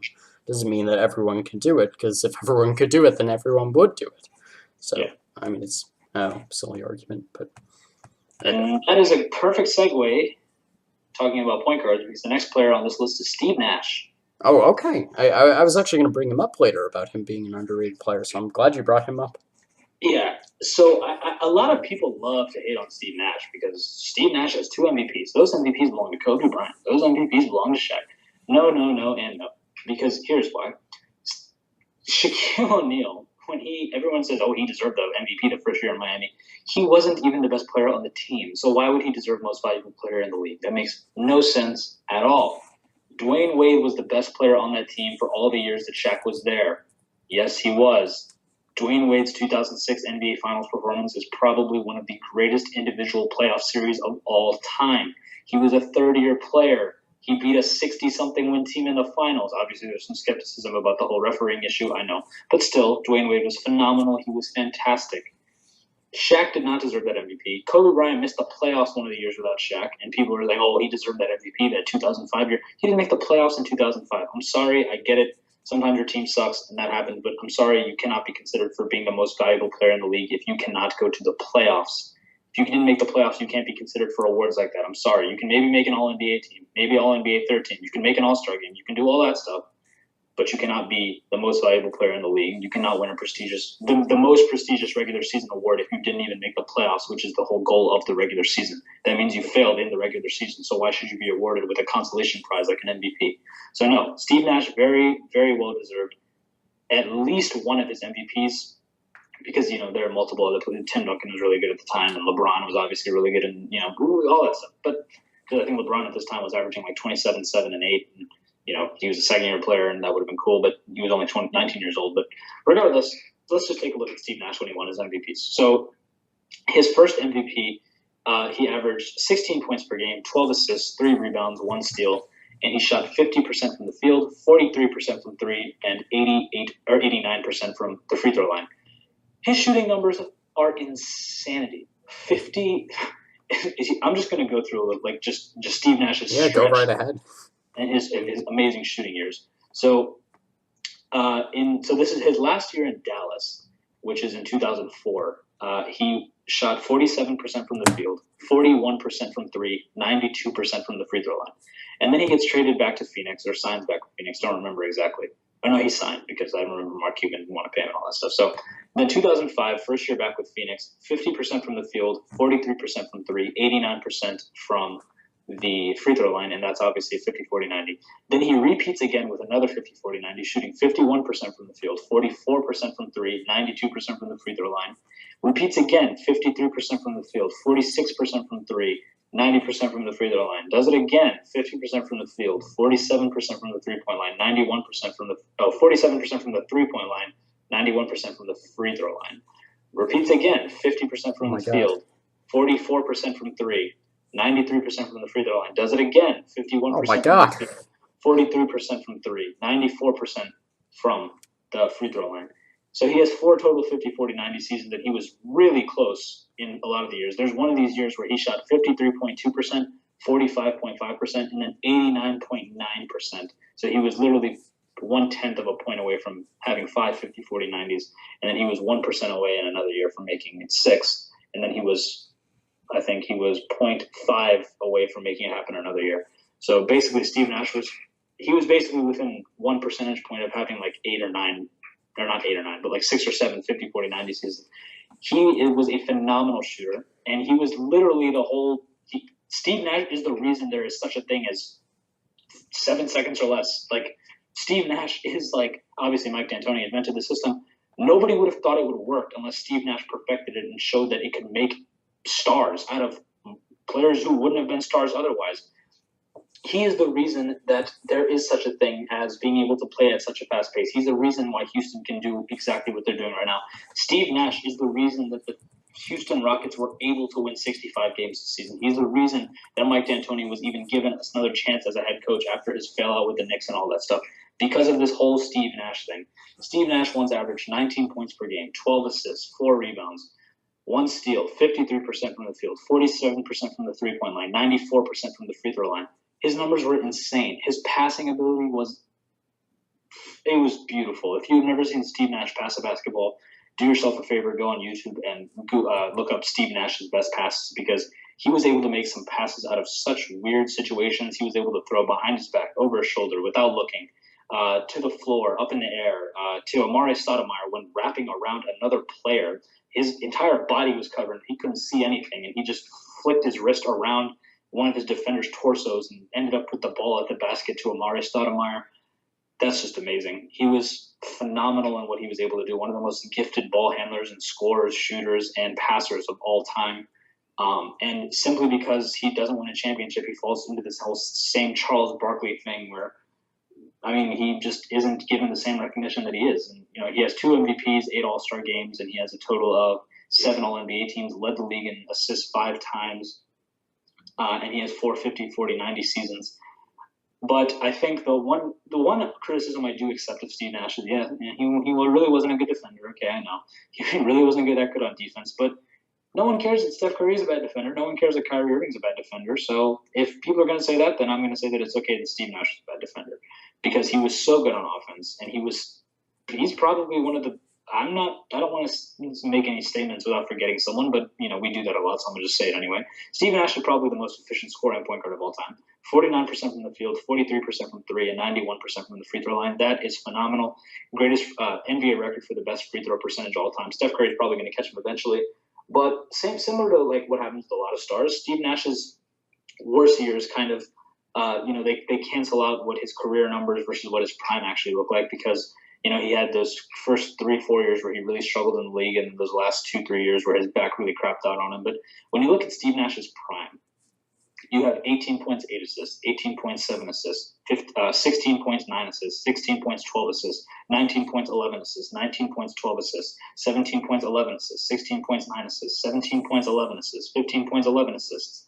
Like, the amount of scoring that he was, and because this Mike D'Antoni system was really into creating threes and going fast and stuff and creating layups, he was creating so many points for his team that, his 19 on top of 11, those 11 assists probably ended up coming, somewhere between like 25, 26, maybe even 29 points per game on top of the 19 that he was pouring in. So that ends up being a lot of points for your team. And he did all of this, and he was only playing somewhere between 33, 34, 35 minutes a game. He never exceeded 35 minutes per game in a season. Or per game in a season. So you can only imagine if he was being pushed to play 38, 39, he would have contributed a couple more points and a couple more assists. So, if Steve Nash was playing 38, 39 minutes a game, it's very plausible that we'd be seeing 21 points per game and 13 assists instead of 19 points and 11 assists per game. So he's just someone to consider when talking about the greatest passers of all time. Arguably, in my opinion, he's definitely a top 10 point guard of all time. I can't really do it off the top of my head because there's so many, and some people get so upset. But I'm just not gonna. I'm gonna name some my all-time favorite and best point guards. In no particular order. Magic Johnson, Chris Paul, Jason Kidd, Steve Nash, I see Chris Paul already. Steph Curry, and I'm trying. Allen Iverson, I guess. No, he's not really considered a point guard. Kevin Johnson. Steve Nash is definitely up there, top 10 point guard of all time because of his passing. He was really a great pure point guard without on the offensive end. Just being able to score exactly when he needed to, being a great shooter to space the floor and passing to his teammates and setting them wide open. Definitely one of the most underrated players in NBA history. And I agree, maybe he shouldn't have 2 MVPs, but he definitely deserved at least one because he was a generational talent in terms of what he was able to do and his influence on the whole 7 seconds or less offense. And he was really he was a grinder. I mean, he had a really bad start to his career, and he had a pretty bad season where he only shot 36% from the field, and then he got that up to as high as 53 later on in his career. And he was the worst 3-point shooting season that he had was 37%. Like, that's still really, really good. To have 37% as your worst 3-point shooting season is just phenomenal. So, that's just amazing. So, all credit to Steve Nash. I think he's definitely one of the greatest point guards to ever play the game. And I'm really sad that he didn't end up playing his whole career with Dirk Nowitzki because I think they definitely would have won 2 or 3 championships together. Yeah, absolutely. And if anyone wants any additional information on Steve Nash and why he's so underrated, just check out Mike Corsemba's video on him. Oh, yeah, I watched that one actually a couple of days ago. It was fantastic. Yeah, honestly, like one of the things I'm going to be doing for an upcoming podcast, just because I need new NBA information, is I'm going to go back through the 8-month back catalog of videos I haven't watched and just scour that for topics. So at some point that'll probably come up. So if you're behind on that as well, you might want to get on that. But yeah, no, Steve Nash is an incredible player, and he had one of the best peaks as a point guard that we're ever going to see, at least in terms of shooting. And yeah, I mean, to get 4 50, 40, 90 seasons is incredible because, like, for any other player, you'd be impressed if they had won in their entire career. And even for someone like Stephen Curry. And a lot of people don't. Yeah, Steph Curry only had 1. Yeah, and like a lot of people don't give enough credit to great free throw shooting. Even for point guards, like you usually see it around like 85% or something, but to get 90% over and over again is ridiculous. And he got to as high as 94. Like he had like his highest are like 91, 92, 92, 91, 93, 94, 92, 92, 92. Like that's insane. That's just that much accuracy and just be able to focus and just flick your wrist and it's in. Yeah, and I actually didn't know he was as good of a 3-point shooter as he was. That's really incredible. I thought he was more of a driver, but yeah. His 3-point shooting seasons for his entire career: 42, 42, 37, 40, 41, 46, 41, 41, 43, 44, 46, 47, 44, 43, 40, 39, 44. Yeah, and like especially in the 7 seconds or less offense, you're going to be putting up a ton of shot attempts in the game. So that's efficient as well. For perspective, James Harden is who we're going to give the MVP to this year. Has shot I think 35 or 36% from, or maybe 37% from 3 this year. That's James Harden 37%. That's Steve Nash's worst in his career. So just for perspective, and also another thing about Steve Nash, he won back-to-back MVPs in 2005 and 2006. But in 2007, he was actually the runner-up, so he was very close to winning 3 in a row. Yep, and that's how high his peak got. Yeah, and that's only something that I think Larry Bird is the only other player to win 3 in a row. So, just another cool thing about him, he was born in South Africa. And he was white, yeah, I was about to mention that. Yeah, so he is great. Mm-hmm. So how many more players do you think we can fit in? Because I've got a couple more. Oh, we only had 2 hours 43, so I can probably fit in like 2 more. Yeah, definitely. If we're gonna do more, go for an overrated because that's always fun to get angry about a player. But... Yeah. All right. I hate this player, so we'll do him next. All right, great. I despise him. Here, let me give me like 5 seconds to try and figure out who it is. So, okay, a player you hate. Let's see. So it's either I'm gonna go. Is it Larry Bird or Isaiah Thomas? No, Oh, neither. John Stockton? No, Carl Malone? no. Oh, okay. I'm not gonna get it. Your closest guess was Larry Bird because it's actually Paul Pierce. Oh, okay. Yeah, we've talked about him. Yeah. Yeah, I don't like Paul Pierce, and like a lot of people will be like, "Oh yeah, Paul Pierce, Celtics legend, great guy, great underrated player." No, Paul Pierce is horrible, and Wow. okay, he's not horrible, but That's a hot take. he's not horrible, but he's tremendously overrated. Paul Pierce didn't even average. I hear people giving me hot take. Like, okay, Paul Pierce himself, he said some trash. He had some trash take on himself where he was like, what did he say? He was like, "Oh yeah, if I was playing and I was in my prime right now, I'd be better than LeBron." That's just so stupid. Paul Pierce. Okay, first and foremost, Paul Pierce. He never made an All NBA first team. So I don't understand anybody who's ever tried to make any sort of case that he's a top five small forward of all time, because that's just not true. Five small forwards better than him off the top of my head. I would give you LeBron, Scottie Pippen, Kevin Durant, Larry Bird, and I actually can't think of the fifth one, but I'm sure there's someone better.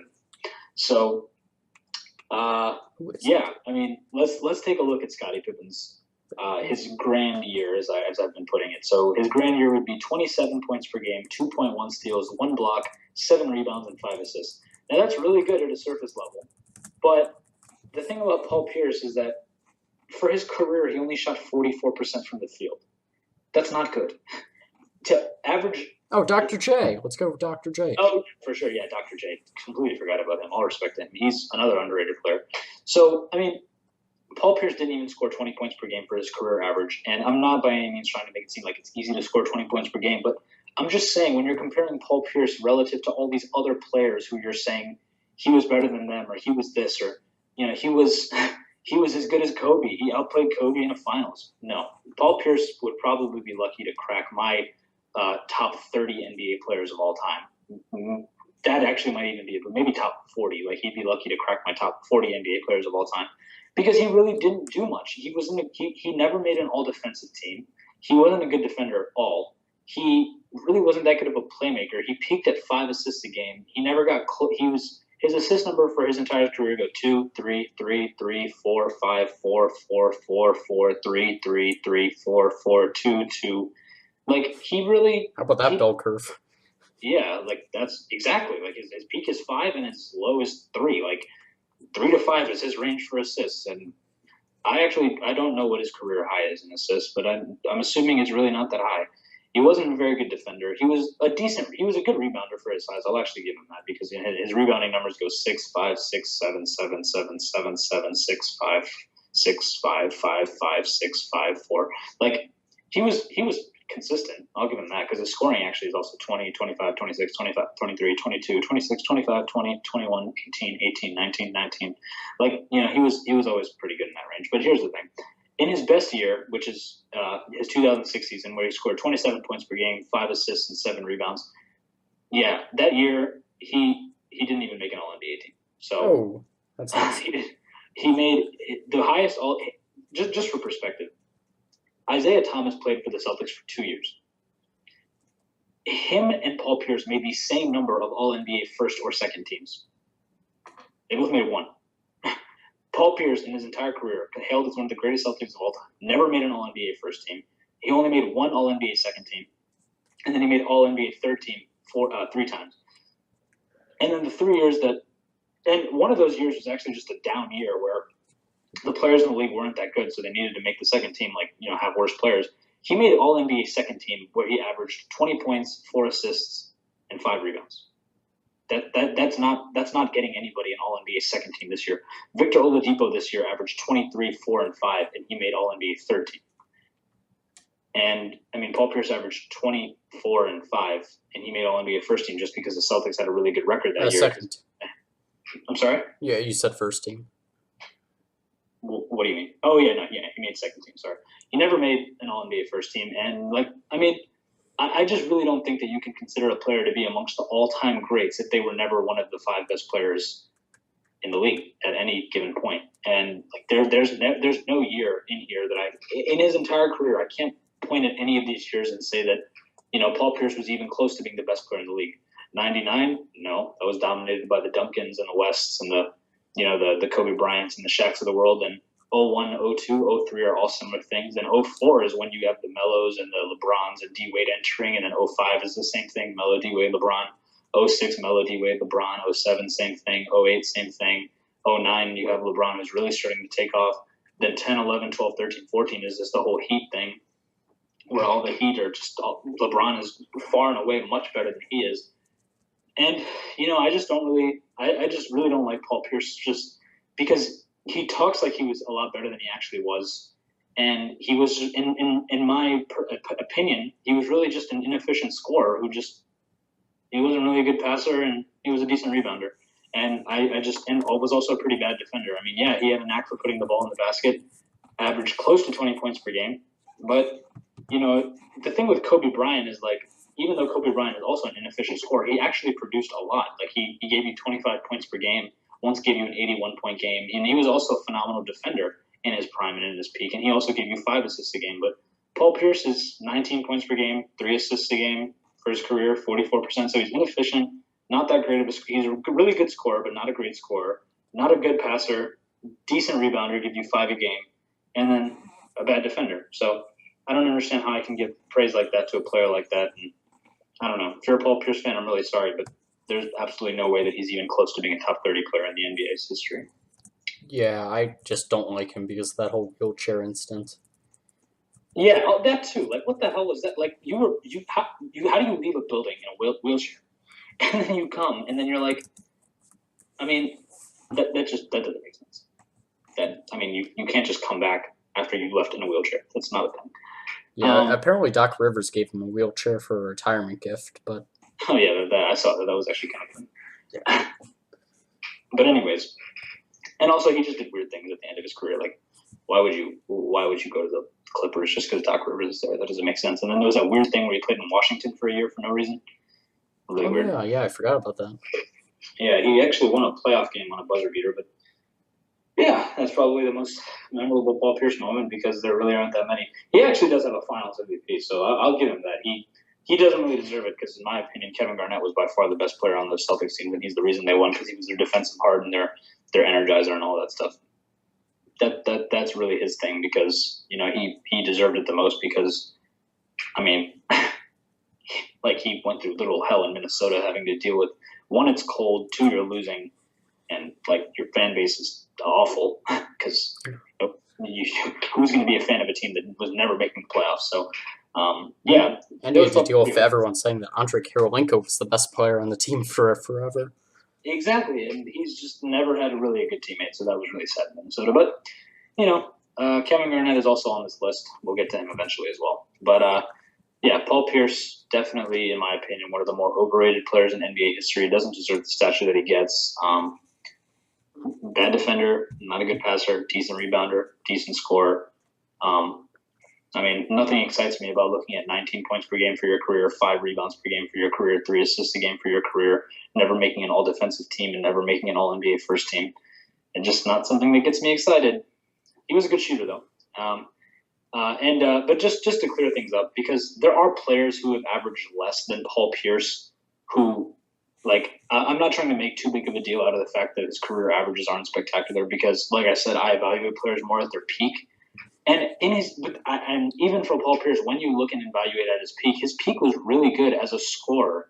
But when you're inefficient in what you're doing and you're a bad defender, I just don't really think you're helping your team all that much other than just producing a bunch of points for no reason because Paul Pierce's peak is phenomenal from a scoring perspective. In his peak, he goes 25, 26, 26, 23, 22, 27, 25. That's an amazing scoring peak, and that's great. But then you look at his efficiency. It's 44, 41, 40, 45, 46, 44. I mean, LeBron James is giving us 28 points per game on 54% shooting. Kevin Durant is giving us 26 points per game on 52% shooting. Steph Curry is giving us 27 points per game on 48% shooting, 49% shooting. Then you've got Anthony Davis is giving us 28 points per game on 52% shooting. I mean, if it's taking you 10 more shots to get there, I mean, that just means that you're not making shots and you're just kind of taking shots away from the rest of your team. And when you're also only contributing 3, 4, 5, 4, 3 assists per game, it's just not a good look. And on top of that, like I've been saying, he doesn't play any defense. And a lot of people harp on LeBron for not playing defense, but at least he used to, and he was really good when he did. And he got robbed of the Defensive Player of the Year award in 2013. But Paul Pierce never even made an All-Defensive team, first or second. So yeah, sorry. Yeah. And also, I think you can make a case that his most memorable moment was actually that Nets shot over the Raptors in that one playoff series. And Yep. I mean, he just didn't have a lot of moments. I mean, the biggest one for me is obviously the wheelchair thing, but I harped on that enough. And yeah, I just don't think he's a. He always would talk about how like he had these horrible eating habits when he was rookie in the NBA, or I don't know, maybe it was like his first 10 years in the NBA. How he was always talking about he would just go get McDonald's for the entire locker room, and just how like, oh, I'm so proud that now I eat right and everything. But like, you're an NBA player. You're, like, almost every NBA, almost every other NBA player is eating right. And like, then there's this one guy who's just eating Big Macs in the corner and going out there and playing his normal average self, and then like you have players like LeBron James who have the most incredible regimented program out there, and like they have this incredible workout program, and he eats right, and has like a Tom Brady style regimen, and just he does all these incredible things that he gets no credit for, and then someone who has this horrible lifestyle just doesn't get any attention for it either. It's just like, why do you bother? And Exactly. oh, Exactly. So next up, I feel like this actually might be a little bit. It might seem a little hypocritical because I'm going to be praising this player, and statistically, he's actually not that much. He's not better than Paul Pierce. He's actually worse statistically than Paul Pierce. But the reason that I'm going to give this player more credit, and the reason though I'm fond of this player, is because one, in my opinion, his peak was more impressive.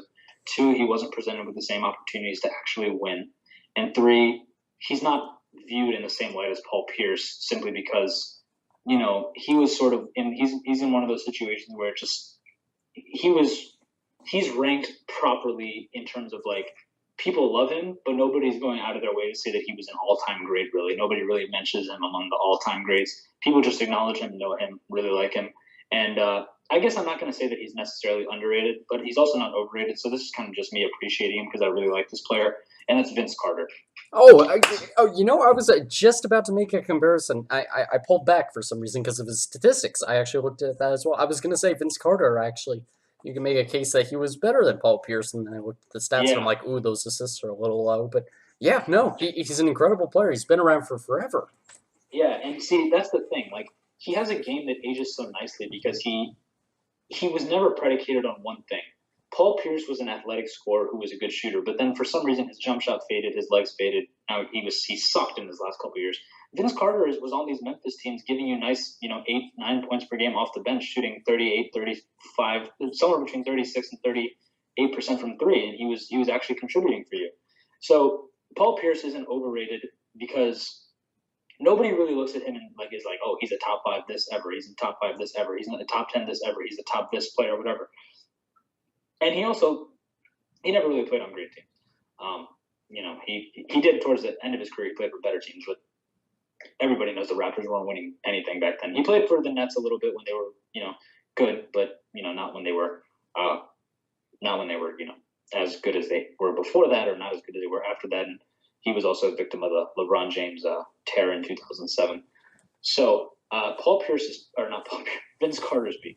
Vince Carter's peak, his grand year goes 28 points per game, 1.5 blocks, 1.6 steals, 5 assists, and 6 rebounds. And that's a really good all around play for a shooting guard.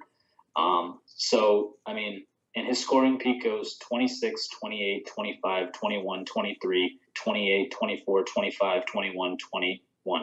And that's for 1, 2, 3, 4, 5, 6, 7, 8. That's a 9-year stretch where he's averaging above 21 points per game, and that's phenomenal. I mean, 21, 21, 25, 24, 28, 23, 21, 25, 27, 26. That's great. And he didn't – there were years where he was inefficient, but there were also years where he was pretty efficient. He has 47, 47, 43, then 47, 42, 41, 46, 46, 46, 44.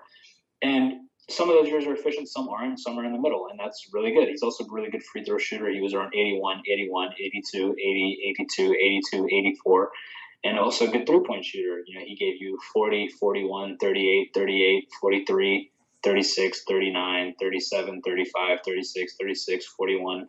he's been a really good 3-point shooter throughout his career, and I think he's actually ranked really well for where he is. And he made 8 All-Star teams, 2 All-NBA teams. I think he probably should have made more All-NBA teams just because his scoring prowess was really, really good, it seemed like, early in his career. Obviously, I mean, any player capable of scoring 28 points per game. I mean, Carmelo Anthony once won a scoring title, scoring 28 points per game in 2013, and I think Durant won 3 of them, scoring around 28 or 29. So it was the one year where he had 32, and obviously that's going to win the scoring title. But also, he was a good in the passing lanes and good shot blocker. He has 1.5 blocks per game, then 1.1, 1.1, and then 1, and then 1, 1. Like, he's a good, averaging one block a game when you're a 6'5", 6'6" guard is really impressive. And you're a wing who's really not all that. You're not like big. He was really athletic and everything, and just also, I just feel like he was a really good influencer on the game because his dunk contest really showed like the value of athleticism in the game, and he was able to do some really cool stuff. And I think he brought a lot of attention to Canada. He's kind of the reason that the Raptors franchise was even able to take off and why they're relevant. He was one of the cornerstones for that franchise and the reason that they are what they are today. I don't think that players would even be interested in playing there. I don't think Kyle Lowry and all these other players who play there now are probably they feel like there's a much richer history in Toronto and feel more pride playing there.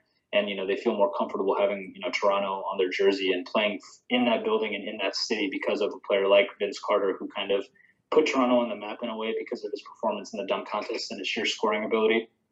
Unfortunately, he wasn't really able to win anything there, and eventually he got traded. But he's just really I don't want to say he was underrated because he wasn't a great passer, wasn't the best defender, also never made an all-defensive team. But, that just because you don't make an all-defensive team really doesn't mean that you're a bad defender. Because, like, Klay Thompson, we all know, is a freaking amazing defender, but he's also never made an all-defensive team. But, Vince Carter, I keep getting confused with Paul Pierce because their career numbers are really similar, actually. But, Vince Carter is just someone who I think not necessarily underrated, but definitely underappreciated just for, the service that he's given the league. He's been playing for so long. He was drafted in 1998. We are coming up on the 2018-2019 NBA season. And, Vince Carter's also been pretty good in the playoffs. He's given us there in 27, 30, 22, 16. And this is obviously when he gets later in his career making the playoffs with teams like Memphis and Dallas. But, Paul Pierce has been, or God damn it, Vince Carter has been really, really good. And just I hope he continues to play until he just can't keep going because he's 41 right now, and he's still cool to see in the league, and it's cool to see him still being able to do windmills and stuff. And quick note before I forget, before we close out, it's Dirk Nowitzki's birthday, so happy birthday, Dirk. Oh yeah, definitely, happy birthday. Yeah, that's awesome. But no, when you're good enough that you have one of the greatest basketball plays ever in the dunk of death on your resume, I mean, he was one of the greatest and most athletic players we've ever seen. And actually, if you haven't read the whole story around the dunk of death, you should really read into that. It's a fascinating story, and there's a lot of depth. Or he jumped over that Olympic player. Yeah, but there's a lot more to it, and like there's this whole thing where the guy tried to commit suicide after it, and like he had like basically his entire life ruined because of it, and it's actually really dark. But I mean, that's a shame. I mean, you don't call it the dunk of death for nothing. Yeah, wow, that's crazy. Yeah, I tried to find the French person's name, but I can't find it anywhere, so poor guy, but whatever. So, yeah, that's Vince Carter for you. Personally, I didn't follow him at all until like the past couple of years, but I've really been enjoying his late career with the Grizzlies and the Kings, and yeah, he's a really fun player, even now. Like just watching him go off in the playoffs occasionally is always awesome, and yeah, like he's just a really fun guy. And he's also Rookie of the Year. He had a phenomenal rookie year: 18 points per game, 6 rebounds, 3 assists, 1.5 blocks. Kind of seems a lot like Donovan Mitchell's numbers. Okay. Well, that more efficient, I think. He shot 45% from the field as a rookie, which is really good. He also played in every game as a rookie, which is also impressive. Well, that'd be a good career for Donovan Mitchell if he eventually ended there. Yeah. Okay. I think Mitchell might be a little bit better because I think his team is a little bit better. He's got the Defensive Player of the Year and a Coach of the Year candidate and the coolest player in the league, Joe Ingles. But, yeah, Vince Carter is definitely not someone bad to be compared to. I really like Vince Carter. Yeah, and something else that you usually don't see such players who rely on their athleticism last as long as Vince Carter has in the NBA. Usually they flame out or they Yeah, they just retire earlier because they have pride and they're like, oh, I can't do this anymore in the NBA, and not that they're embarrassed, but like it's just either not fun because of that or well, yeah, like to a certain extent embarrassed. I'm like, look at me, I'm just lumbering up the court now, and I can't do these incredible dunks or moves. And yeah, no, it's a big credit to him that he has the pride, the not the pride, but the self confidence to still be doing what he's doing at age 41 and be coming back next year. And like, it's incredible. yeah. Also, since you always do looking up info stuff, I found a guy who was dunked on. His name is Frederick Weiss. Okay, let me see, Frederick. Nope, that's Nitschke. Weiss. That's not a very French name. Yeah, I think there's got some accents on it. Oh yeah, Frederick. yeah. I see. Friedrich, and that's more German. Okay, I don't know, but yeah, that's his name. And yeah, if you guys want to read up on the story of Friedrich Weiss, it's insane. And Yeah, I'm reading a little bit here. Apparently, his toddler was diagnosed with autism, spiraled into alcoholism, depression. He drove to a rest stop and attempted suicide. Yeah, that's very sad. like shortly after this, the Knicks basically gave up on him as a draft prospect. And yeah, But yeah, he said this about Vince Carter's dunk. He said, "Carter deserves to make history. Sadly for me, I was on the video too. I learned people can fly." Yeah, that's yeah. Vince Carter for sure is really cool. I like him a lot. He seems like a really nice guy. He's also got some of the coolest nicknames in history. Vinsanity and Half Man, Half Amazing. That's so cool. oh yeah, and he's just a fun guy. And He's also only he is one of 6 players in NBA history to average 20 points, 4 rebounds, and 3 assists in 10 straight seasons. So he's a pretty versatile player when you look at it like that. yeah, definitely. Okay, so that's Vince Carter. So we did Vince Carter, we did Patrick Ewing, we did Charles Barkley, we did Steve Nash, we did why we don't like Paul Pierce, and we did Scottie Pippen. Yep. Okay. Do you want to preview for the listeners the other ones you have on the list, or does that about round it out? I have a couple more that we can get to later on. So we don't have to do these now since we're getting Yeah, close. no, I understand that. But otherwise, a player that I personally love to absolute death, one of my favorite players of all time, Kevin Garnett. I think people don't understand how good of a passer he was as a big man and that kind of stuff. So we'll definitely get into him and his all-around play and how he kind of set the stage for more players like Nikola Jokic and better passing big men. So that'll be cool to do. Tracy McGrady, talk about he's slightly overrated, but also still deserving of some of the credit that he warranted. Obviously, able to do some amazing things in his career. Ray Allen, who I think is really underappreciated for his impact on the game. And now, because everyone considers Steph Curry the greatest shooter of all time, everyone kind of forgets how good Ray Allen was.